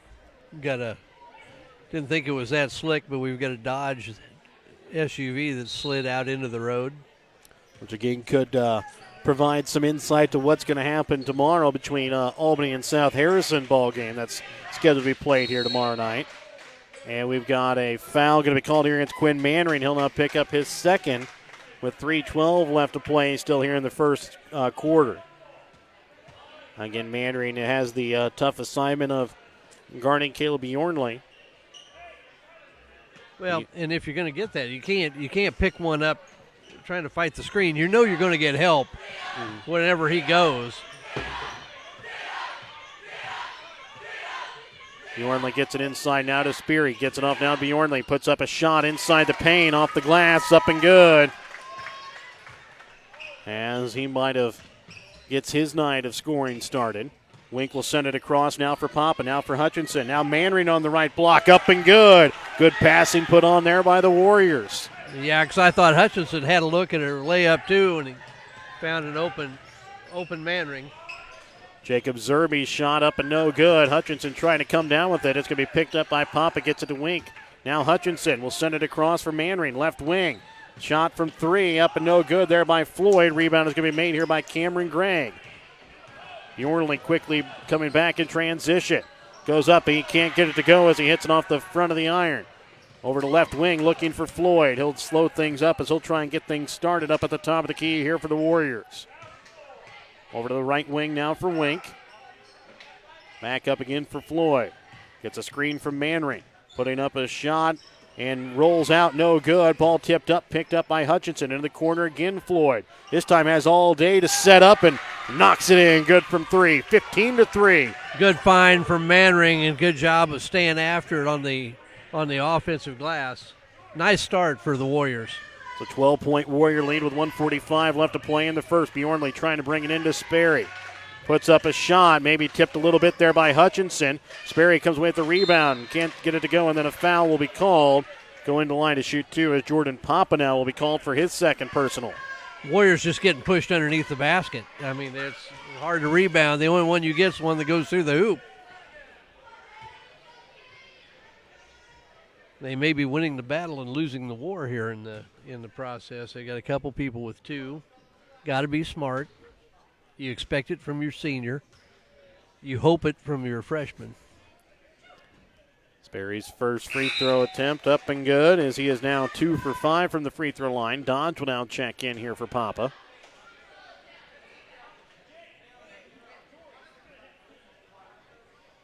So Dodge will check in, the tallest player out on the floor listed anyways at 6'3". Tallest player on Gilman City's roster listed is at 6 foot, and that's Gage Sperry.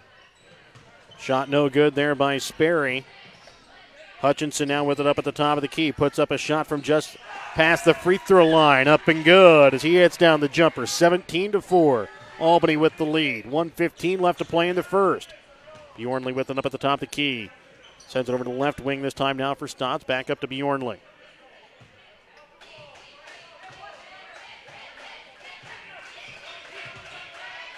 Leaves it off this time for Gage Sperry on the right block. Has it stripped a little bit there by Hunter Wink, but he's going to be called for a reaching foul. I believe that'll be his second. Yes, it will. So Hunter Wink with two. Quinn Manring with two. Jordan Papa with two. And already at the line for the 1-and-1. Here's going to be Gilman City. Underneath a minute left to go still in the first. And the only thing that's really saved the Warriors here is Sperry's really kind of had some struggles at the free throw line. So far, he's the only person that shot. He's 2 for 6. First shot, no good. Rebound's going to be made here rebound made by Hutchinson. Sends it over to the right wing now for Wink. Up to the top of the key for Hutchinson. Now Floyd will try and run things up at the top of the key here for the Warriors. Left wing Wink. Back up again here for Floyd. Steps back, sends it over to Dodge. Dodge on left wing. Up now for Wink up at the top of the key. Dodge into the corner for Hutchinson. Hutchinson will sidestep as his defender, puts up a shot from the baseline, can't get it to fall. And here comes Jory Stotts. He'll put up a shot, of block mixture there by Hutchinson and Dodge. And now 20 seconds left to go here in the first. Hutchinson will bring it across over to the right wing now for Wink. 10 seconds left. Wink leaves it off for Manring. Shot up and good as Manring knocks it down. Nice job by Wink, too. Find it with a little dribble penetration. Bjornley shot at the buzzer. No good. 19-4. It's Albany with a 15-point lead after one quarter. We're back with the second when we come back in just a moment on Albany TV. Whether you are hungry for a burger, steak, fish, Mexican, or fresh salad bar, Papa's Family Restaurant in Albany has it all. Papa's is family friendly with a playroom for the kids, so the grown-ups can enjoy their meal. Make sure you leave room though for dessert because you shouldn't leave without trying some of Christie's homemade pies, cookies, or other goodies, or take some to go. For a delicious meal at a great price and an even better atmosphere, you have to head to Papa's Family Restaurant on 136 in Albany. No job is too big or too small for the professionals at Raymond Smith Body Shop in Albany. With over 100 years of combined experience with auto body, they offer the reliability and prompt service by using the latest in technology to get your vehicle back on the road. Raymond Smith Body Shop is also a complete wrecker service as well as glass repair and body work. Plus, they work with all insurance companies. They are prepared to get you in and out and back on the road. See them today on Highway 136 East in Albany. Raymond Smith Body Shop. They're there to serve you. Welcome back out again to Albany High School, 19-4. It's a 15-point Albany lead as we start the second quarter play. Gilman City will start out with the basketball. Well, the Warriors have pretty much been able to do whatever they wanted offensively so far, and they've played well defensively. The biggest concern, obviously, is the fouls. Gilman will be in the bonus for the remainder of the half. Ball tipped there by Hutchinson, trying to get out to Floyd. Ball stolen away here by Christian Malott, who is newly entered into the ball game there at the quarter break. Bjornley with it over on the right wing. Trying to bring it into Sperry. Ball tipped up. It's going to be picked up by Wink. He'll get it over now for Hutchinson. Hutchinson to the right wing for Floyd, but he's going to be called for a travel, will be Hutchinson. So it'll be Gilman City basketball. Sperry will inbounds. He has 2 points, all coming from the free throw line there in the first. He shot 7 free throws there in the first quarter. Bjornley from the right elbow. Shot short, no good. And kept in play there as Cameron Gregg hits it off of Bobby Dodge out of bounds. It'll remain Gilman City basketball.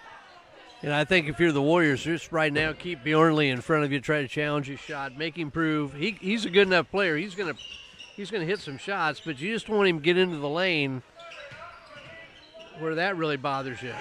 Sperry's shot tipped a little bit by Hutchinson, then tipped by Dodge, trying to get out to Manring. He'll send it back out now for Hutchinson. Hutchinson will send it across now for Floyd up to the top of the key. Wink. Wink drives in, but is going to be fouled as he tries to get the pass off to Hutchinson. As this one's going to go against Cameron Gregg. It'll be his second. Tough break for Gregg. Yeah. He just kind of fell down, but Wink's done a nice job of dribble penetration to help create open shots for his teammates. Garrett Owens will check in now here for Hunter Wink.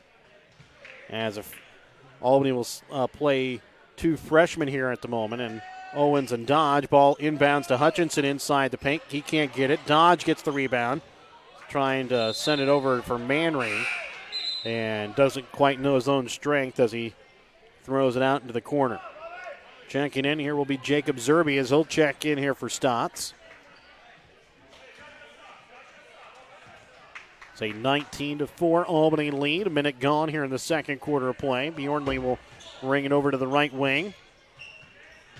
On the right baseline, leaves it off this time for Sperry. Stolen away here by Manring. Quickly gets it off now for Floyd. He'll slow things up. Send it back up to Hutchinson at the top of the key. Over to the right wing. Owens shot. Up and no good. Rebound's going to be made here by Bjornley right on the baseline. And Bobby Dodge lucky not to get a over-the-back call there. Yeah, I thought he might have been a little fortunate on that particular play. Malott sends it over now to Zerby. And a foul's going to be called here now against Trice Floyd. So Floyd, Papa, Manring, and Wink each have 2 fouls. You see some similarities here with the boys and the girls. The girls got a lot of steals, and they expected to do it every time. The boys have gotten some steals. Now it looks like they're expecting, well, we'll get it every time down the floor. And as a result, they're kind of being a little active with their hands instead of moving their feet and letting their positioning force the turnovers. And it was Zerby that crossed the line. His shot was no good anyways, but it'll be Albany basketball. Over to left wing with it here is going to be Hutchinson up to the top of the key for Floyd. Floyd with it on the right wing up now for Hutchinson at the top of the key. Left wing now for Owens. Now Hutchinson will drive in. Puts up a shot off the inside of the iron. No good. Rebound's going to be made here by Sperry. Bjornley brings it across. Sending it across. Looking there for Jacob Zerby on the baseline over his head out of bounds. It'll be Albany basketball. This really looks like a couple of teams that are trying to play early in the season, maybe just trying to get back into some rhythm. As we said, the weather's played havoc with a lot of things. I'm sure the defense is a big part of it. Manring will give it off to Floyd over on the right wing. Back up to Hutchinson, sending it across now for Owens. Owens will put up a shot from 3, up and good. Hey, that's a big lift from the freshman. 22-4. It's Albany with the lead here over Gilman City. Bjornley up to the top of the key here for Zerby. Brings it inside for Sperry. And a foul now going to be committed here by Albany. Sperry again will go to the line to shoot 2. This one's going to go against Caden Hutchinson. The lone good thing there for Albany, it's just his first. So Sperry will shoot 2 free throws. Already 2 for 7. Make that now 3 for 8. So next shot upcoming here from Gage Sperry. Is up and good as he has 4 of the 6 points here. The other 2 coming from Caleb Bjornley here in the first half. 22-6. Albany with the lead. 5:15 left to play here in the first half. Dodge will give it off this time now for Owens. He'll drive to the right block. Leaves it off for Hutchinson. Hutchinson is going to be fouled. It's a reach-in. That is going to be called here, I believe, against Caleb Bjornley, and that's his second.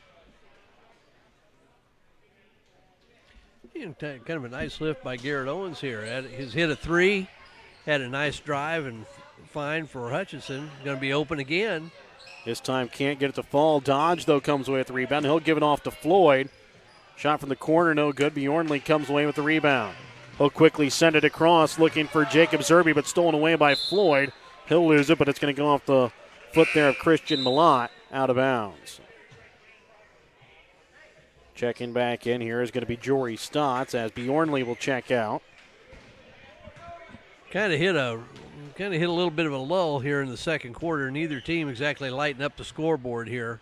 I said so far it's a 3-2 game here in the second quarter, as we're about 3:20 gone here in the second quarter.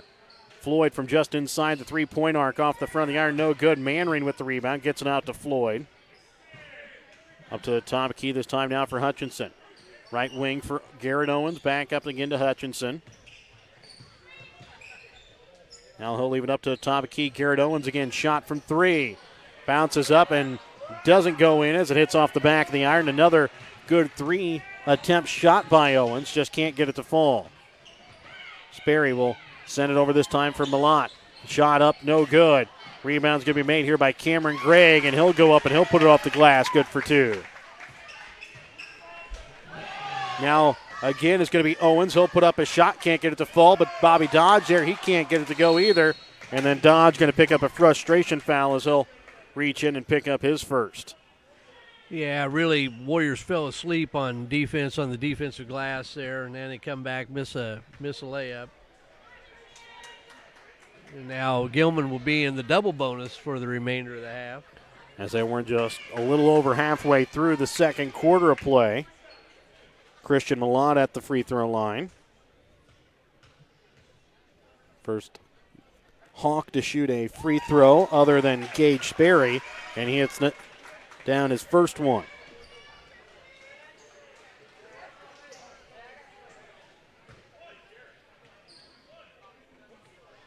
And the next shot here from Christian Malott. Off the back of the iron, no good. Jordan Papa comes away with the rebound. Back in, Hunter Wink and Jordan Papa as Dodge and Owens sit down. Wink will put up a shot from 3. He can't get this one to fall as the rebound is going to be made here by Christian Malott. If they're going to let you have it, you're probably going to get it again. Let's go around and see what else you got going. Cameron Gregg will try and send up to the top key. Ball tipped away and stolen away by Papa. Gets it over now to Floyd on the left block. He'll go up and put it up off the glass for 2. Good job by Papa. You know, there's a difference between they're going to let you have some shots. So take the shots you want, not the ones they're going to let you have. Gage Sperry goes in, and he'll put up one off the glass. He has his first points here from the field. 24-11. It's a 13-point Warrior lead. Papa with it on the baseline. He'll put up a shot. A little too far, no good. Rebound's going to be made here by Sperry. Underneath 3 left to play here in the second. Driving in, Stotts picked off here by Wink. And it's going to be a 3-on-1. Wink waits for the defender, goes up, then goes up and puts up his shot up and good for 2. Good job by Wink, and he had Hutchinson too, but good patience by Hunter that time. Couple baskets for him. And needed that lift from him offensively. 30-second Petty John Auto Center timeout taken by Albany. Back with more in 30 seconds. Rolling Hills Creative Living provides quality professional care to individuals with developmental disabilities in personal and group home care settings within the Albany, Bethany, and surrounding communities. Rolling Hills is also proud of all of their residents who are a part of the job coaching program and those that have received competitive employment. Rolling Hills are proud members of the Albany, Bethany, and surrounding communities.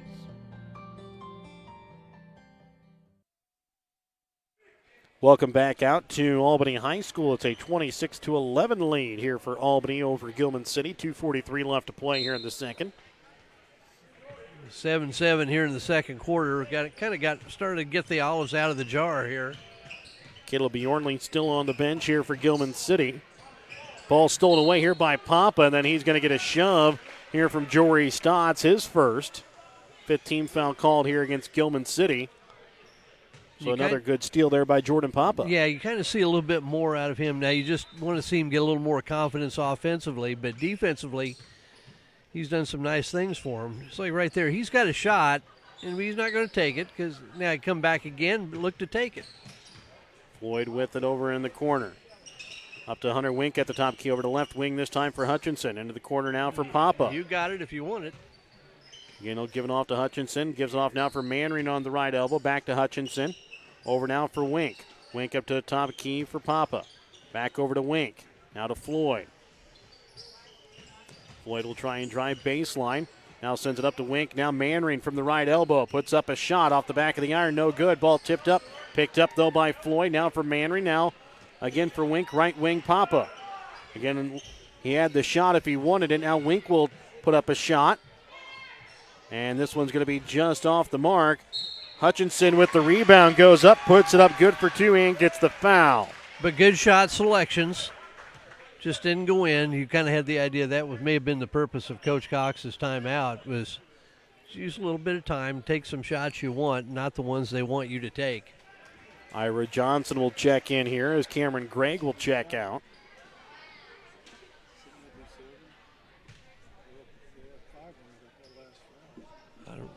And going up to shoot here is going to be Caden Hutchinson. It'll be his second free throw attempt. The other one came off of an and one opportunity. He hits that one down as well. 12 points here in the half so far for Caden Hutchinson. Now a big thing here in this last minute and a half is you just don't want to see your guys pick up that third foul. Trying to bring it in to Gage Sperry on the right block. Puts up a shot. Can't get it to go. Second chance opportunity, doesn't get it go. Manring comes away with the rebound. There's going to be a jump ball that's going to be called. It's going to go towards Albany. Another one of those quick jump balls, but that one was probably called for as Quinn Manring quickly picked it up and entered the fetal position. Yeah, and that's what we talked about, going for making good gambles on steals, and that's kind of what we're getting from Hutchinson. He's gone for a couple of steals here. May have been a little bit ill-advised instead of just staying back and playing defense a little bit. Wink will get it off to Papa. Now back over to Wink on the left wing. They're going to cut, take their time. He'll put up a shot as he dribbles in. Doesn't get it to go. Manring with the rebound, trying to get out now to Hutchinson on the right wing. Manring's come up with some big offensive rebounds here in the first half. Couple of baskets. Papa right wing. This time he'll put up a three. Goes off the inside of the iron, no good. Rebound's going to be made here by Gage Sperry. And no argument with that one. You know, he's passed up some shots, had a look. Zerby trying to get it inside. It's going to be stolen away here by Manring. 30 seconds left to play here in the second. It's an 18-point Warrior lead. They're going to go ahead and play it out here. If they get a layup, you'll take it. If not, we'll probably run it down to the 10-second mark, get the ball to Hutchinson or Floyd up top. We'll see what they can do. Floyd with it over on the right wing. He'll now send it to Papa. Left wing now for Manring. Up to the top key again for Floyd. Underneath 10 seconds left to go here in the second. We go. Floyd with a shot from just past the free throw line. Up no good. Ball tipped, and it's going to be picked up here by Christian Malott. 29-11. It's an Albany 18-point lead here after one half. We're back with more on Albany TV. Built Lawson Albany is your convenient one-stop shop for fuel, food, and a full line of convenient snack items. Try the delicious Champs Chicken prepared daily.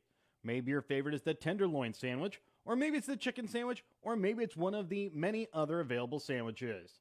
Dine in at one of the spacious tables or booths, or take out. Shotes is open 5 a.m. to 10 p.m., so whether it's before work, after work, or for an afternoon snack and fuel, your only stop needs to be Shotes on Highway 136 in Albany. When you need something special for that special someone, check out Blessed Nest at the intersection of 136 and Route PB, located conveniently between New Hampton and Bethany. The Blessed Nest can help you with flowers, candy bouquets, willow tree angels, custom decor creations, or you can sign them up for some DIY classes. So next time you are needing something special for your special someone, either check out Blessed Nest at the intersection of 136 and Route BB, or give them a call at 660-425-6400. The Albany Booster Club is a group of supporters who come together to make a better experience for the students. They try to help students in any way possible, whether it be on the court, on the mat, on the field, on the track, on the stage, or in the classroom. The Albany Booster Club, longtime supporters of the Albany R3 School District, joining together for the better of the Albany R3 students. The Albany Hy-Vee Pharmacy is open Monday through Friday, 9 a.m. to 6 p.m. and on Saturdays, 9 a.m. to 1 p.m. Albany Hy-Vee Pharmacy has free prescription delivery, immunization services, automated refill ordering, pharmacy drive-through lane, free blood pressure checks, and generic prescriptions. Don't forget to download the free Hy-Vee mobile app to refill your prescriptions with just a few easy steps. Plus, build your shopping list and keep your deals and coupons in one easy place. Where there's a helpless smile in every eye. Shop Hy-Vee. In our friendly small town of Albany, Missouri, we have community-minded businesses, great places to eat and shop, a historic Carnegie Public Library, community center, pool, 9-hole golf course, multiple places to worship, and a strong school system. Albany is the seat of Gentry County, located off Highway 136 in the heart of northwest Missouri. Albany is a fun place to visit, but an even better place to live, where we have small town roots with a big town feel. GFG Ag Services is determined to make their broad inventory of seed, fertilizer, and crop protection products available to all local farmers. GFG Ag Services has worked side by side with farmers for nearly 30 years. They have learned in that time that no two farm businesses are the same. GFG Ag Services takes this knowledge to heart every time they work with their customers. Find out more about GFG Ag Services and to find your nearest GFG Ag location online at gfgagservices.com. Welcome back out to Albany High School. I'd like to thank our sponsors. Help you bring you tonight's broadcast of Albany Gilman City Boys, the Harrison County Community Hospital, Blessed Nest of Bethany, Northwest Medical Center, Albany Booster Club, Lone Star Investments, Tanya McCampbell of Albany, Rolling Hills Creative Living of Albany and Bethany, Larry Wills Construction of Albany, Papa's Family Restaurant in Albany, Albany Hy-Vee, Carousel Creations and Brown Plumbing of Albany, City of Albany and Shotes of Albany, Raymond Smith Body Shop of Albany and Albany Subway, GFG Ag Services, New Shopper of Albany and Printery of Albany, Petty John Auto Center locations in Bethany and Albany, and BTC Bank with locations in Albany, Bethany, Boonville, Carrollton, Chillicothe, Gallatin, Pattonsburg, and Lamoni, Iowa. Taking a look here at the first half scoring for Albany. They were led by Caden Hutchinson, who had 12 points, 6 points for Trice Floyd, 4 points for Quinn Mandarin and Hunter Wink, and 3 points on the night for the freshman Garrett Owens. Gilman City, they were led in scoring by Gage Sperry with 6 points, 4 of those coming from the free throw line, 2 points for Cameron Gregg, 2 points for Caleb Bjornley, and 1 point for Christian Malott. It was Gage Sperry that was 4 for 9 for the free throw line for Gilman City. Christian Malott was 1 for 2 as they are 5 for 10 from the free throw line. Albany's Trice Floyd was 1 for 2, Caden Hutchinson 2 for 2, as the Warriors are 3 for 4 from the free throw line. Big thing, though, for the Warriors coming out in the second half. They'll have Trice Floyd, who has 2 fouls, Quinn Mandarin with 2 fouls, Jordan Papa with 2, and Hunter Wink with 2, Caden Hutchinson with 1, and Bobby Dodge also has 1 foul. So, Mike, coming out in the second half, the biggest thing that the Warriors need to watch out for, do not pick up a early foul.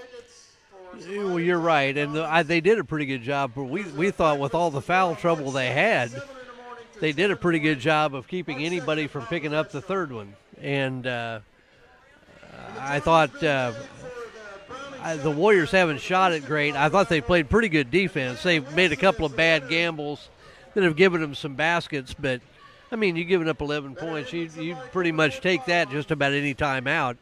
Offensively, you know, we remarked about the Gilman City defense. They've had two people kind of playing a two-man zone underneath the basket. They don't have a lot of size. Well, the Warriors don't either. And I thought, well, it looks like their goal is they're going to make Albany prove they can beat them from the outside. And if the ball gets into the lane, that really draws a crowd. Although they have gotten quite a few looks in around the basket. And Warriors have taken some shots, missed some shots, but I thought they did a pretty good job that last 3 minutes where they had a little bit of foul trouble, controlling the ball on offense. And just, you know, one way to not foul is keep the ball away from the other team where you don't get yourself in that position.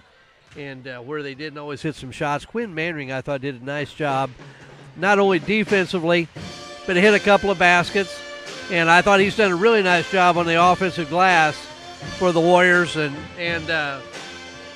if this is his last home game, if they don't get tomorrow night in, you know, it'd be a great way for him to go out. But if you're Coach Cox and the Warriors, you've gotten a lot of open looks. They're going to be patient, and like I've always said, maybe you don't take the first shot when the ball comes to you, but be ready when it comes back again. Catch it in rhythm, let it go. And the Warriors have been a little bit reluctant. It's like they're not really sure what shots they should take and what shots to leave alone. But I think maybe they've cleared that up in the locker room. And the big thing for the Warriors is just don't let the Hawks off the mat here to come out and start the second half. And I'd say one other thing the Warriors need to do, there got to be a couple times where they tried to speed things up and really got out of rhythm, started turning the ball over a little bit more. If they kind of slow down the pace a little bit and run their offense, that's when they seem to actually do better, unlike the girls' side where they seem to always go better the quicker they move in transition. Yeah, I think the girls get a lot more open shots when they get up and down in transition, and Gabby does a nice job of finding them. And we mentioned about Sierra Anthony doing a nice job of looking up the floor on the fast break on the outlet passes. I know Coach Cox would like them to run, and I think he wants them to get up and down.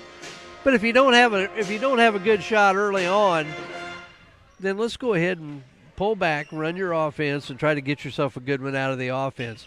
I saw a stat one time that said and I don't know what coach came up with it. It was an NBA coach that he made the comment that if you don't get a really good shot in the first 7 seconds of a possession, pull it back out and run about 20 to 25 seconds off the clock before you get the shot off. And, you know, that makes a lot of sense. You want to pressure on offense, but then if you don't get it, you want to be patient. That's hard to learn because when you're used to playing at a certain pace, the judgment that I don't have a good one and pull it back, sometimes that's hard to get into, especially with a young team. We'll be back with the start of the second half when we come back in just a moment on Albany TV. Routine immunizations protect children from more than a dozen diseases, such as measles, mumps, chickenpox, polio, and whooping cough. Harrison County Community Hospital's medical clinics in Bethany now accept commercial insurance for immunizations of children ages 18 and under. When your kids need their vaccinations, or to see whether their immunizations are up to date, schedule an appointment at Bethany Medical Clinic or Harrison County Family Health Center.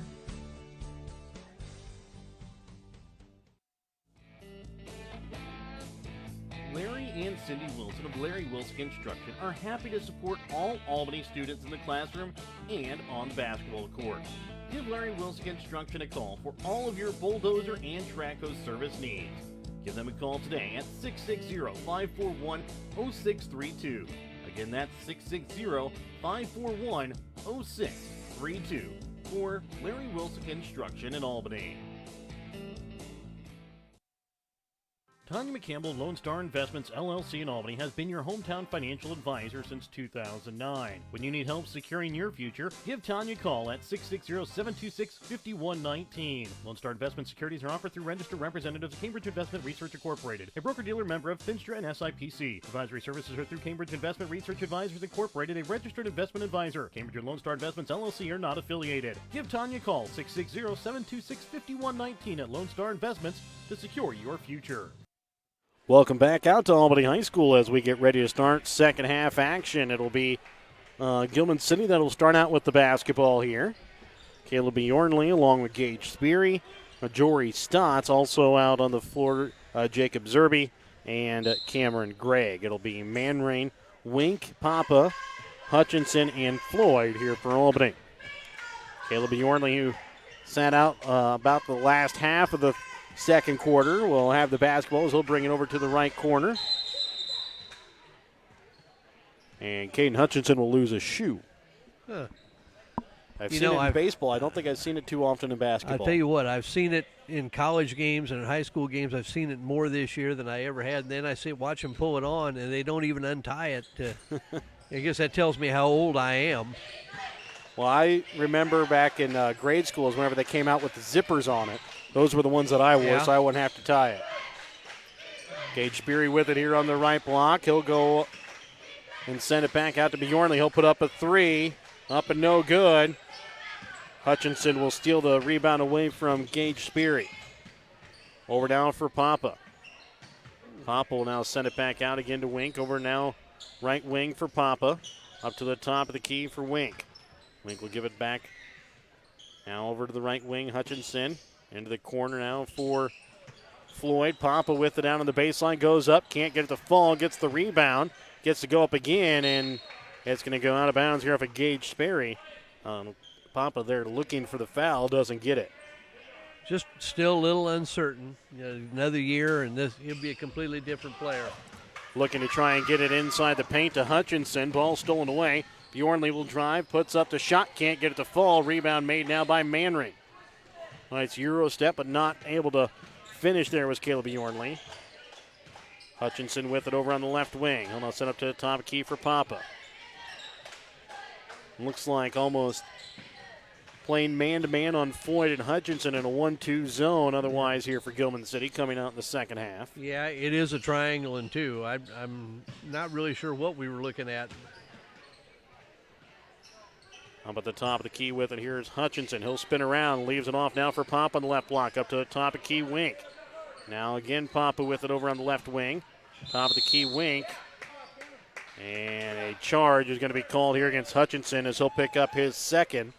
So now Floyd, Papa, Hutchinson, Manring, and Wink all have 2 fouls, all out on the floor with not even 2 minutes gone here in the third. Mm-hmm. And, the Warriors are set up behind the three-point line, and I'm not really sure they have to. I think they can get in right at the elbows, and somebody's going to have a free throw line jump shot, maybe almost a free throw line set shot. Serby shot no good. Rebound's going to be made here by the Warriors, and now head coach Curtis Cox will take a full Petty John Auto Center timeout. We're back with more in just a moment on Albany TV. Have you looked at Petty John Auto Center lately? We're a full-service Ford, Lincoln, Chrysler, Dodge, Jeep, Ram, Buick, Chevrolet, and GMC dealer. And we're located right here in Bethany and Albany. No matter what you need when it comes to your vehicle, we've got you covered. Factory-certified technicians, OEM and aftermarket parts, and our state-of-the-art body shop, Petty John Collision Center. Plus, vehicle financing options for every budget. So the next time you need anything related to your car, truck, SUV, or van, we're here to help. To schedule service or shop our entire new and used inventory online, visit pettyjohnauto.com. That's pettyjohnauto.com. Welcome back out to Albany High School, 29-11. It's an Albany lead here as we're 2 minutes here into the third quarter of play. It'll be Albany basketball coming out of the Petty John Auto Center timeout.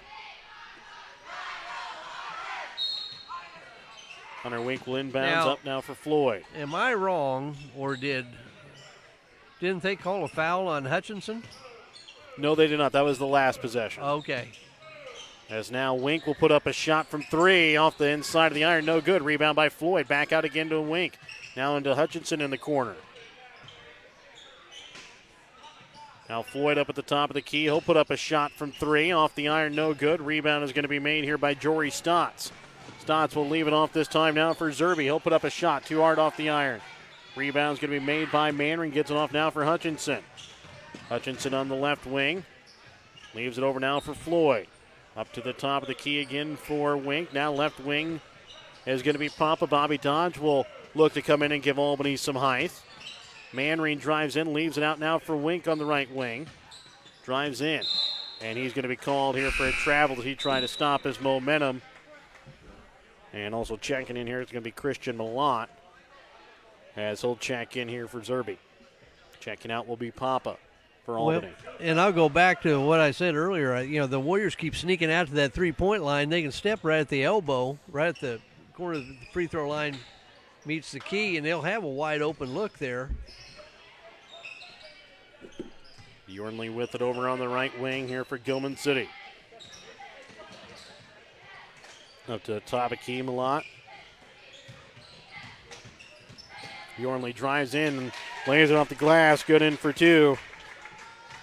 29-13, first points here in the second half. And this one's going to go out of bounds here off of Hutchinson. And it'll be Gilman City basketball.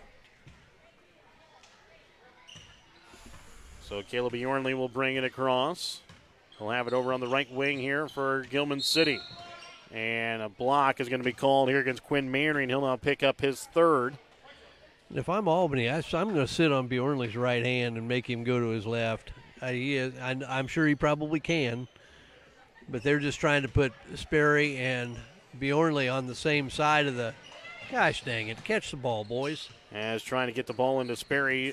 Hunter Winkabout comes away with it. Bjornley puts up a shot from three. No good. Rebound made by Hutchinson. He'll lose it. And it's going to be put up and good here from Cameron Gregg. Not a good start for the Warriors. Just kind of sloppy and careless, not rebounding very well. Dodge will send it across this time now for Floyd. Up at the top of the key now, Wink. Wink over to left wing for Hutchinson. He'll put up an open three. Off the front of the iron, no good. Out of bounds. It'll be Gilman City basketball. 3:45 left to play here in the third. Warriors just settling for shots. Papa will very check. Tentative. Papa will check in. Manring will check out here with his three fouls. 3:40 left to play here in the third. 29-15. It's still a 14-point Albany lead. Bringing it inside here for Gage Sperry. He'll go up and he's going to be fouled. Bobby Dodge will pick up his second. At the line again is going to be Gage Sperry. He was 4 for 9 from the free throw line in the first half. And if you're the Gilman City Hawks, they haven't lit it up, but Warriors have yet to score. They've gone 5.5 minutes here, or 4.5 minutes without a basket. Sperry's first free throw attempt, no good. And with the Warriors now in foul, six of the 7 players that have played have 2 fouls so far here for Albany. You have to think that you would try and drive in and maybe try and get to the free throw line. Rebound is going to be picked up here by Hutchinson.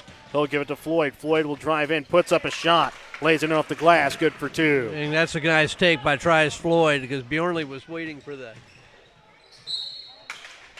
And another foul is going to be called here against Albany, as Bjornley will go to the line to shoot 2. Is this one also going to go against Dodge, as he'll pick up 2 here quickly on consecutive defensive possessions. And you just don't try to block everything. Just move your feet. Bjornley's first free throw attempt, no good. Warriors have kind of bought a. We said the Warriors only scored 2 points here, though Gilman City's only scored 4. And next shot from Bjornley rolls out, no good. And then a foul is going to be called here against Gage Sperry. It'll be his second. So the one thing that really has kept the Warriors with the lead here has been the free throw shooting, or lack thereof, by Gilman City. As Jordan Papa's pass to Caden Hutchinson tipped and knocked away. Shot up and no good here by Gilman City. Rebound, though, made by Bjornley, trying to bring it inside to Sperry. Goes up, puts up the shot, can't get it to go, and it's going to go out of bounds, but off of Bobby Dodge, and will remain Gilman City basketball. So 31-15, 3 minutes left to play here in the third quarter. And ball inbounds, and Cameron Gregg will get it and immediately put it in off the glass. Good for 2. That's my pet peeve, is turning their back on the inbounder. And full court pressure now put on here by Gilman City up to the top of the key for Floyd. Left wing now Papa. Papa trying to bring it up to the top of the key for Wink. Over to the right wing for Floyd. Now into the corner for Hutchinson. Trying to send it up for Papa. Ball tipped away. Stripped away here by Jory Stotts. He'll go up. He can't get it to fall. Rebound's going to be made by Wink. The Warriors just look scared to death. They look tentative, really don't know what they're. Looks like nobody really wants to shoot the ball. Nobody wants to take over on offense. Hutchinson will give it off to Floyd up at the top of the key. And this is, I believe, the first time the Warriors have faced this triangle 2, as Hunter Wink will knock in a 3 here in the half. And that's a big basket. Bjornley will drive in, puts up a shot, can't get it to go. Speary comes away with the rebound, drives in, and he's going to be called here for a travel. So a big possession there for the Warriors, getting the 3 and then the turnover here on the defensive side. And again, the drive, the penetration, and the kick out. He's wide open, shot it, caught it, shot it with confidence. Hutchinson sends it over to the right wing for Pop, and now back for Floyd. Now back again for Pop over on the right wing. Again has the shot if he wants it, sends it up to Dodge at the free throw line. Drives in, puts up a shot, but it's going to be knocked away here by Sperry. And a foul now again going to be called here against Albany. And now Bobby Dodge will pick up his 4th foul with 1:39 left to play in the 3rd. Yeah, Bobby's just really frustrated right now, both on the offensive and defensive end. Bjornley will try and bring it across here for the Hawks. Has it over on the right wing, drives down to the baseline, goes around Dodge and puts it in off the glass. Good for 2. You think he wants to go to his right? I would think so here. That's where he's been going all game, as Papa now with it. He'll sidestep a defender. Trying to give it to Dodge on the baseline, picked up by Bjornley. Then Speary, ball tipped around, picked up by Bjornley. And they're going to call him out of bounds in Albany basketball. Jordan Papa kind of thought he picked up his 3rd foul. Yeah, and I thought he did too. I thought he bumped him out of bounds. I'm pretty sure the Gilman City fans wanted it too. So as Quinn Manring will check in here for Dodge. Ball inbounds up to the top of the key here for Hutchinson. Right wing now for Wink. Well, we've seen Hunter hit 4 in a game. I'm not sure if I'm him, I'm not sure I'm turning away from it. So he hit one just a little bit ago. Gives it to Papa, right wing now for Floyd. And a foul, I believe, is going to go here against Bjornley, as he kind of put out a little hip check there on Hunter Wink off the ball. 34-19. Just did it again, too. You're going to catch him again. But I'm sure he's a little ticked. He sat out big part of the first half. And held only 6 points here, and out of bounds here now, Hunter Wink. It's 34-19, Albany with the lead with 50.4 left to go here in the 3rd. Bjornley will bring it across the timeline here for Gilman City. Has it over on the right wing, drives to the baseline. But a foul is going to be called here before he can drive in, and Papa will be called for his 3rd. And inbounds in here is going to be Gage Sperry. Try to get it over to Gregg. It's going to be stolen away here by Floyd. He'll give it off this time now for Hutchinson. 30 seconds left to play here in the 3rd. Hutchinson over to left corner this time now for Papa. He'll bring it out to the wing. Up now again for Wink. Inside for Manring. Manring now to Floyd on the right wing. Back up to Wink. Over to left wing for Papa. Up to the top of the key for Wink. He'll give it off for Manring. Now back again to Wink on the right wing. He'll put up another 3. Off the front of the iron, no good. Gage Sperry with the rebound. Gets it off this time now for Bjornley. He'll bring it across with 3 seconds. Puts up a shot and rolls out at the buzzer. 34-19. It's Albany with the lead here over Gilman City. We're back with more when we come back in just a moment on Albany TV. Whether you are hungry for a burger, steak, fish, Mexican, or fresh salad bar, Papa's Family Restaurant in Albany has it all. Papa's is family friendly with a playroom for the kids, so the grown-ups can enjoy their meal. Make sure you leave room though for dessert, because you shouldn't leave without trying some of Christie's homemade pies. cookies, or other goodies, or take some to go. For a delicious meal at a great price and an even better atmosphere, you have to head to Papa's Family Restaurant on 136 in Albany. No job is too big or too small for the professionals at Raymond Smith Body Shop in Albany. With over 100 years of combined experience with auto body, they offer the reliability and prompt service by using the latest in technology to get your vehicle back on the road. Raymond Smith Body Shop is also a complete wrecker service as well as glass repair and body work. Plus, they work with all insurance companies. They're prepared to get you in and out and back on the road. See them today on Highway 136 East in Albany. Raymond Smith Body Shop. They're there to serve you. Welcome back out to Albany High School, 34-19 as we get ready to start the fourth quarter play. Albany will start out with the basketball. Floyd will have it in the backcourt as he'll bring it across over to the right wing this time now for Wink. Wink gets it up to Floyd up at the top of the key. Will drive to the baseline, leaves it off now for Wink on the left wing, up now for Hutchinson. Hutchinson over the right wing now for Papa. Papa back to Hutchinson, he'll try and drive in, puts up a shot. Up and good as he gets a floater, his first points here at the second half. Good patience and good screen. Screen, they're being guarded man-to-man. Screen the guy that's guarding him man-to-man. Make the box or make the triangle help out. And that time Manring set a nice screen, got him open. And a good job by Jordan Papa to step in and take the charge. Caleb Yornley will now pick up his fourth personal here as we're just not even 40 seconds here into the fourth quarter of play. And he's been frustrated a good part of this game, and that I'm sure that didn't help him right there. I said he's been held well below his average on the season. He's held to just 6 points here in the ball game. Floyd on the right wing had all sorts of time, chose not to shoot the three as he'll give it up to Hutchinson up at the top of the key. He'll drive into the paint, puts up a shot, up and good. Same thing. Screen the guy playing Hutchinson man to man, and the triangle is just not coming to help out. Yornley trying to bring it inside to the block. Picked up by Manring on the floor. It's going to be a jump ball that'll go here towards Gilman City. Now, if you're the Warriors, you just want to see this continue for the remainder of the game. Had a rough third quarter. So they're going to call it Gilman City basketball here. Yeah, I thought Warriors had it coming out to start the third or the fourth quarter.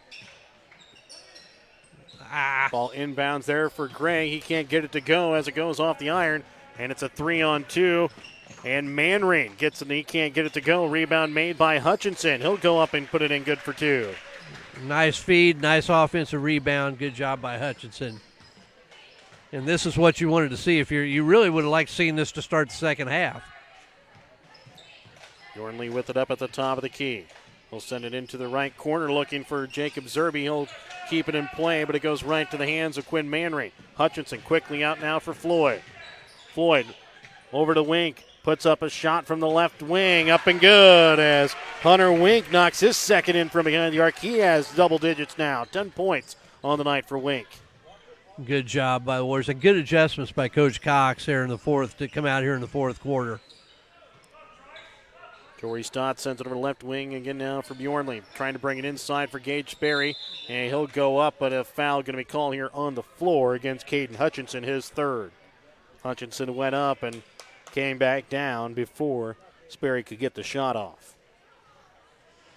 But it'll still be a 1-and-1 here for Gilman City as it's the seventh team foul called against Albany. Gage Sperry, though, just 4 for 11 so far here in the ball game.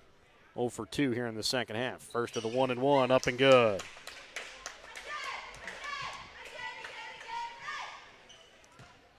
So the second of the 1-and-1 upcoming here from Sperry is up and good. Is able to knock home the second one.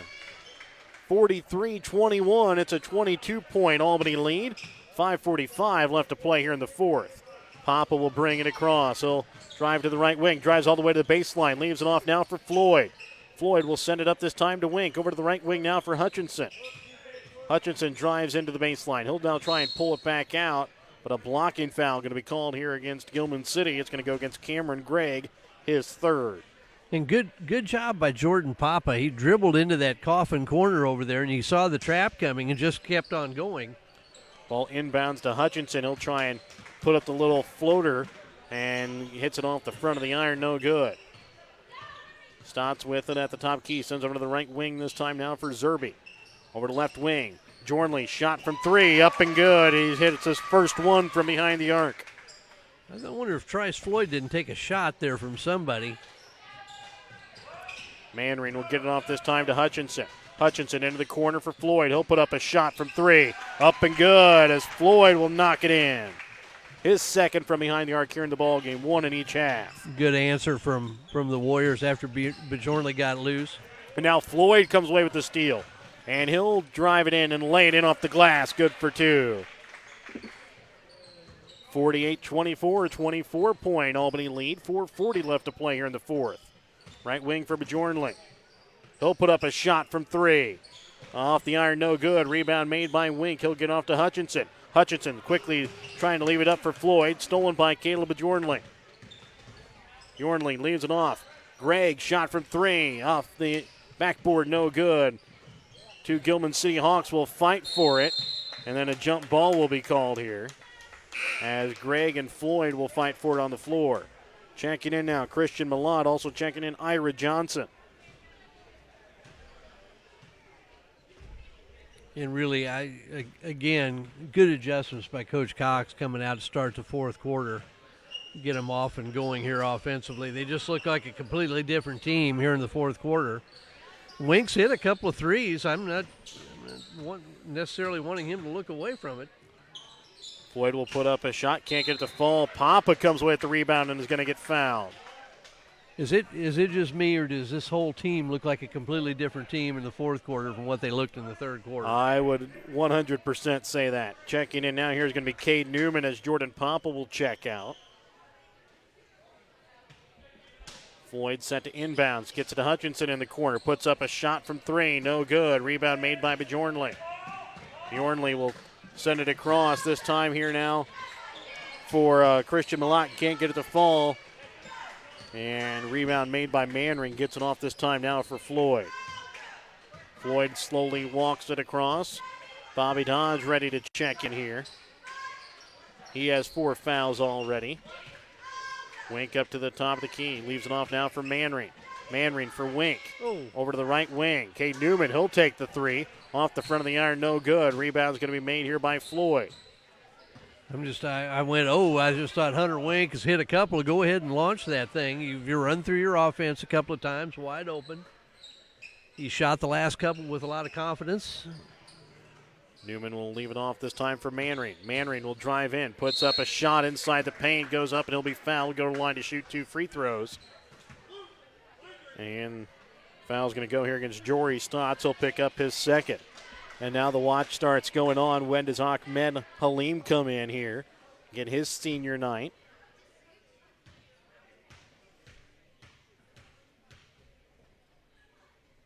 When Manring's first free throw attempt off the front of the iron, no good.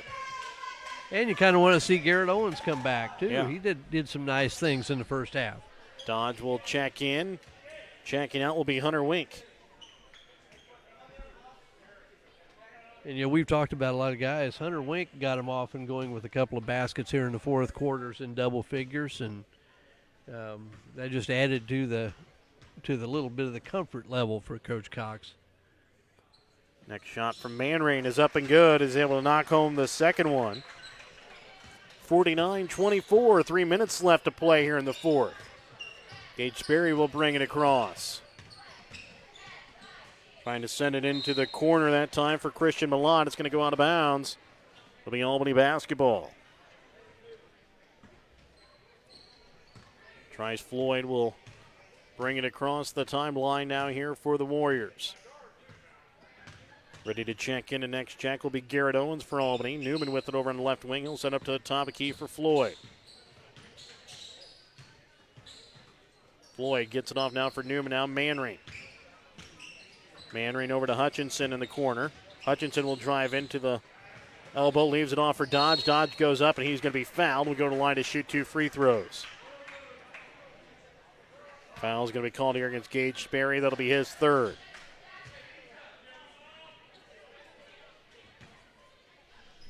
So first shot here from Bobby Dodge is up and no good. Checking in here now is going to be Garrett Owens.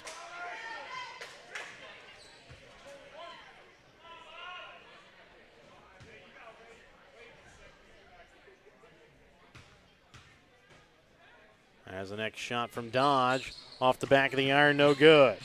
Rebound made, though, here by Hutchinson. Hutchinson with it over on the right wing, gets it to Dodge on the right block.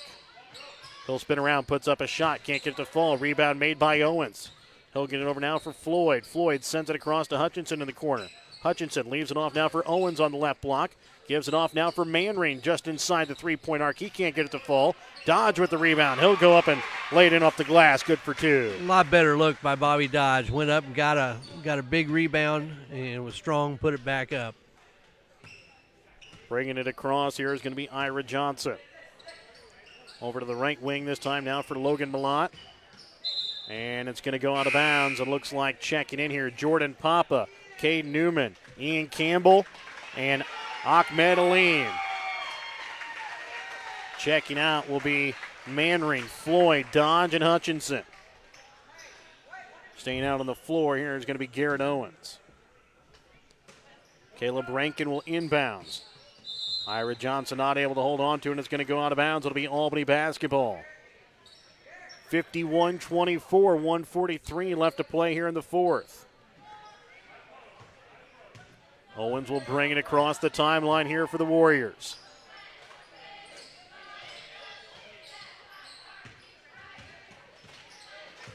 Owens drives in, leaves it off for Newman. Shot from three up at the top of the key, up and good. Ian Campbell knocks it in.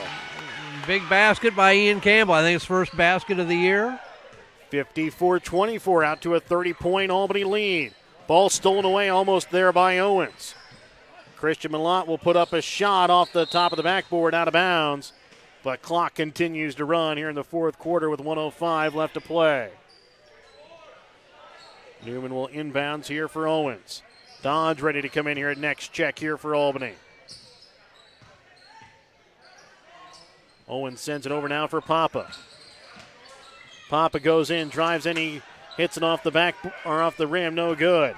Christian Malott trying to bring it across with 40 seconds left to play here in the fourth. And a foul going to be committed here against Garrett Owens as he'll hit the reaching foul. And that's pretty much going to run this clock out here. As it'll be a 1-1 as Dodge will check in here for Papa. Christian Malott, who is at the line, is already 1 for 2 on the night. Coming in the first half. If he could make the first one and stop the clock, he doesn't. And it's going to be rebounded here by Ahmed Alim, a jump ball that is going to stay here with Gilman City. And that's pretty much going to do it here as we're underneath 10 seconds left. Caleb Rankin will inbounds. Gets it off this time now here for Christian Malott. Now for Michael Sutton. Ball stolen away. Dodge with it, and he'll go up and he'll dunk it home. It won't count. But Bobby Dodge will put it in with some style there at the end. It's a 30-point victory for the Warriors. We're back with more when we come back with our BTC Bank postgame and our Albany Subway Player of the Game in just a moment. Show your school spirit with the BTC Bank School Mascot Debit Card. Choose the card that fits your favorite local school, and you can earn that school extra cash. Available for new accounts or replacement cards for an existing account. Visit one of BTC Bank's 8 locations to get your school mascot debit card today, where they can instantly issue your new card. BTC Bank, community-minded, just like you, member FDIC. Community-minded, just like you. BTC Bank.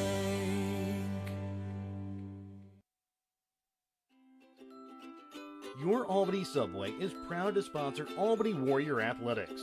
When you have a championship hunger, stop in at your local Albany Subway and grab a great tasting salad or sub made to order, like the new Ultimate Meatball Marinara or Ultimate Spicy Italian on the new Ultimate Cheesy Garlic Bread. Stop in at your local Albany Subway today, located right off of 136 Highway at 3 Warrior Drive in Albany, right next to the football field. Welcome back out to Albany High School. It's a 54-24 win here for the Albany boys over the Gilman City boys. Albany girls pick up a 25-point victory tonight. Albany boys pick up a 30-point victory. Albany boys led in scoring by Caden Hutchinson with 18 points. Trice Floyd added in 13 points. Hunter Wink adds in 10 points. Quinn Manring, the senior, and what could be his final game here at Albany High School, Jim puts in 5 points. Ian Campbell and Garrett Owens each hit 3-pointers in the game to give them 3 points. Bobby Dodge also has 2 points on the night for Albany. For Gilman City, they were led in scoring by Caleb Bjornley with 9 points. Gage Sperry had 8 points. Cameron Gregg had 6, and then 1 point for Christian Milan. Our Albany Subway player of the game tonight is the junior Hunter Wink, who finishes with 10 points. Had 4 points there in the first half. A couple of nice drives down to the block, and then hit 2 big 3-pointers there in the fourth quarter, which really helped Albany pull away and secure a 30-point victory. Yeah, I thought Hunter did some really nice things, and not only the shots that he made, I think he hit a couple early in the first half, and did some really nice things with dribble penetration, created some shots for his teammates, and then when the Warriors really struggled in the third quarter, I think they scored 5 points in the third quarter. They didn't allow Gilman to score much more. But then in the fourth quarter, I thought he hit a couple of baskets early on in the fourth, kind of restored the comfortability level. And I think the other thing that he did was it looked like him hitting those shots just loosened up everybody else on his team. So I think he's a great choice as player of the game. And again, we want to recognize Quinn Manring and Ahmed Halim, who again could have possibly played their final games here on the Albany High School gym. Again, Carson Wilson played his final game against what was a Worth County team that Albany will have the pleasure of facing the first round of districts on Monday night over at North Harrison. Again, those are weather permitting. Again, there is a game scheduled here for tomorrow, just not certain if it's going to get played or not. It should be a 6 o'clock start here between Albany and South Harrison. South Harrison has already canceled the VOTEC Skills USA. The Skills USA and VOTEC for tomorrow. So if you're an Albany student or a Gilman City student that does Skills USA or VOTEC, you don't have to worry about that tomorrow. We'll worry about school cancellations a little bit later on in the night and into tomorrow. But again, from Albany Gilman City, it was a 54 to 30 win for the girls. A 55-30 win for the girls, 54-24 win tonight for the Albany boys. Like to thank our sponsors, BTC Bank with locations in Albany, Bethany, Boonville, Carrollton, Chillicothe, Gallatin, Pattonsburg, and Lamoni, Iowa. Penny John Auto Center locations in Bethany and Albany, Printery of Albany, New Shopper of Albany, GFG Ag Services, Albany Subway, Raymond Smith Body Shop of Albany, Shotes of Albany, and City of Albany, Carousel Creations and Brown Plumbing of Albany, Albany Hy-Vee, Papa's Family Restaurant in Albany, and Larry Wills Construction of Albany. Rolling Hills Creative Living of Albany and Bethany. Lone Star Investments, Tanya McCampbell of Albany. Albany Booster Club, Northwest Medical Center, Blessed Nest of Bethany, and the Harrison County Community Hospital. Again, make sure to stay tuned to the Albany TV Facebook page tomorrow to see if there is a game and possibly to see if it's going to be here on Albany TV. Also, a slight chance tomorrow, if I do not make it back in time back to Albany, that we could have the game tomorrow over on CityLinkTV.com/Albany.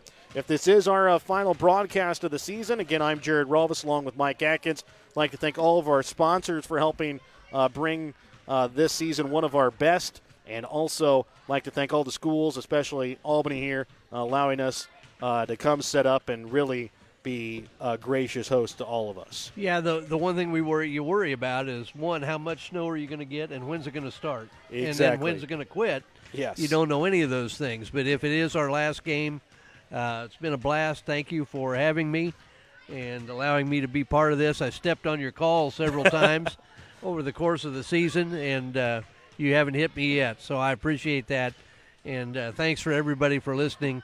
And we appreciate your kind words, too. I know we've had a lot of positive feedback. If negative feedback's important too, I guess, but we do appreciate the positive comments we've gotten throughout the season.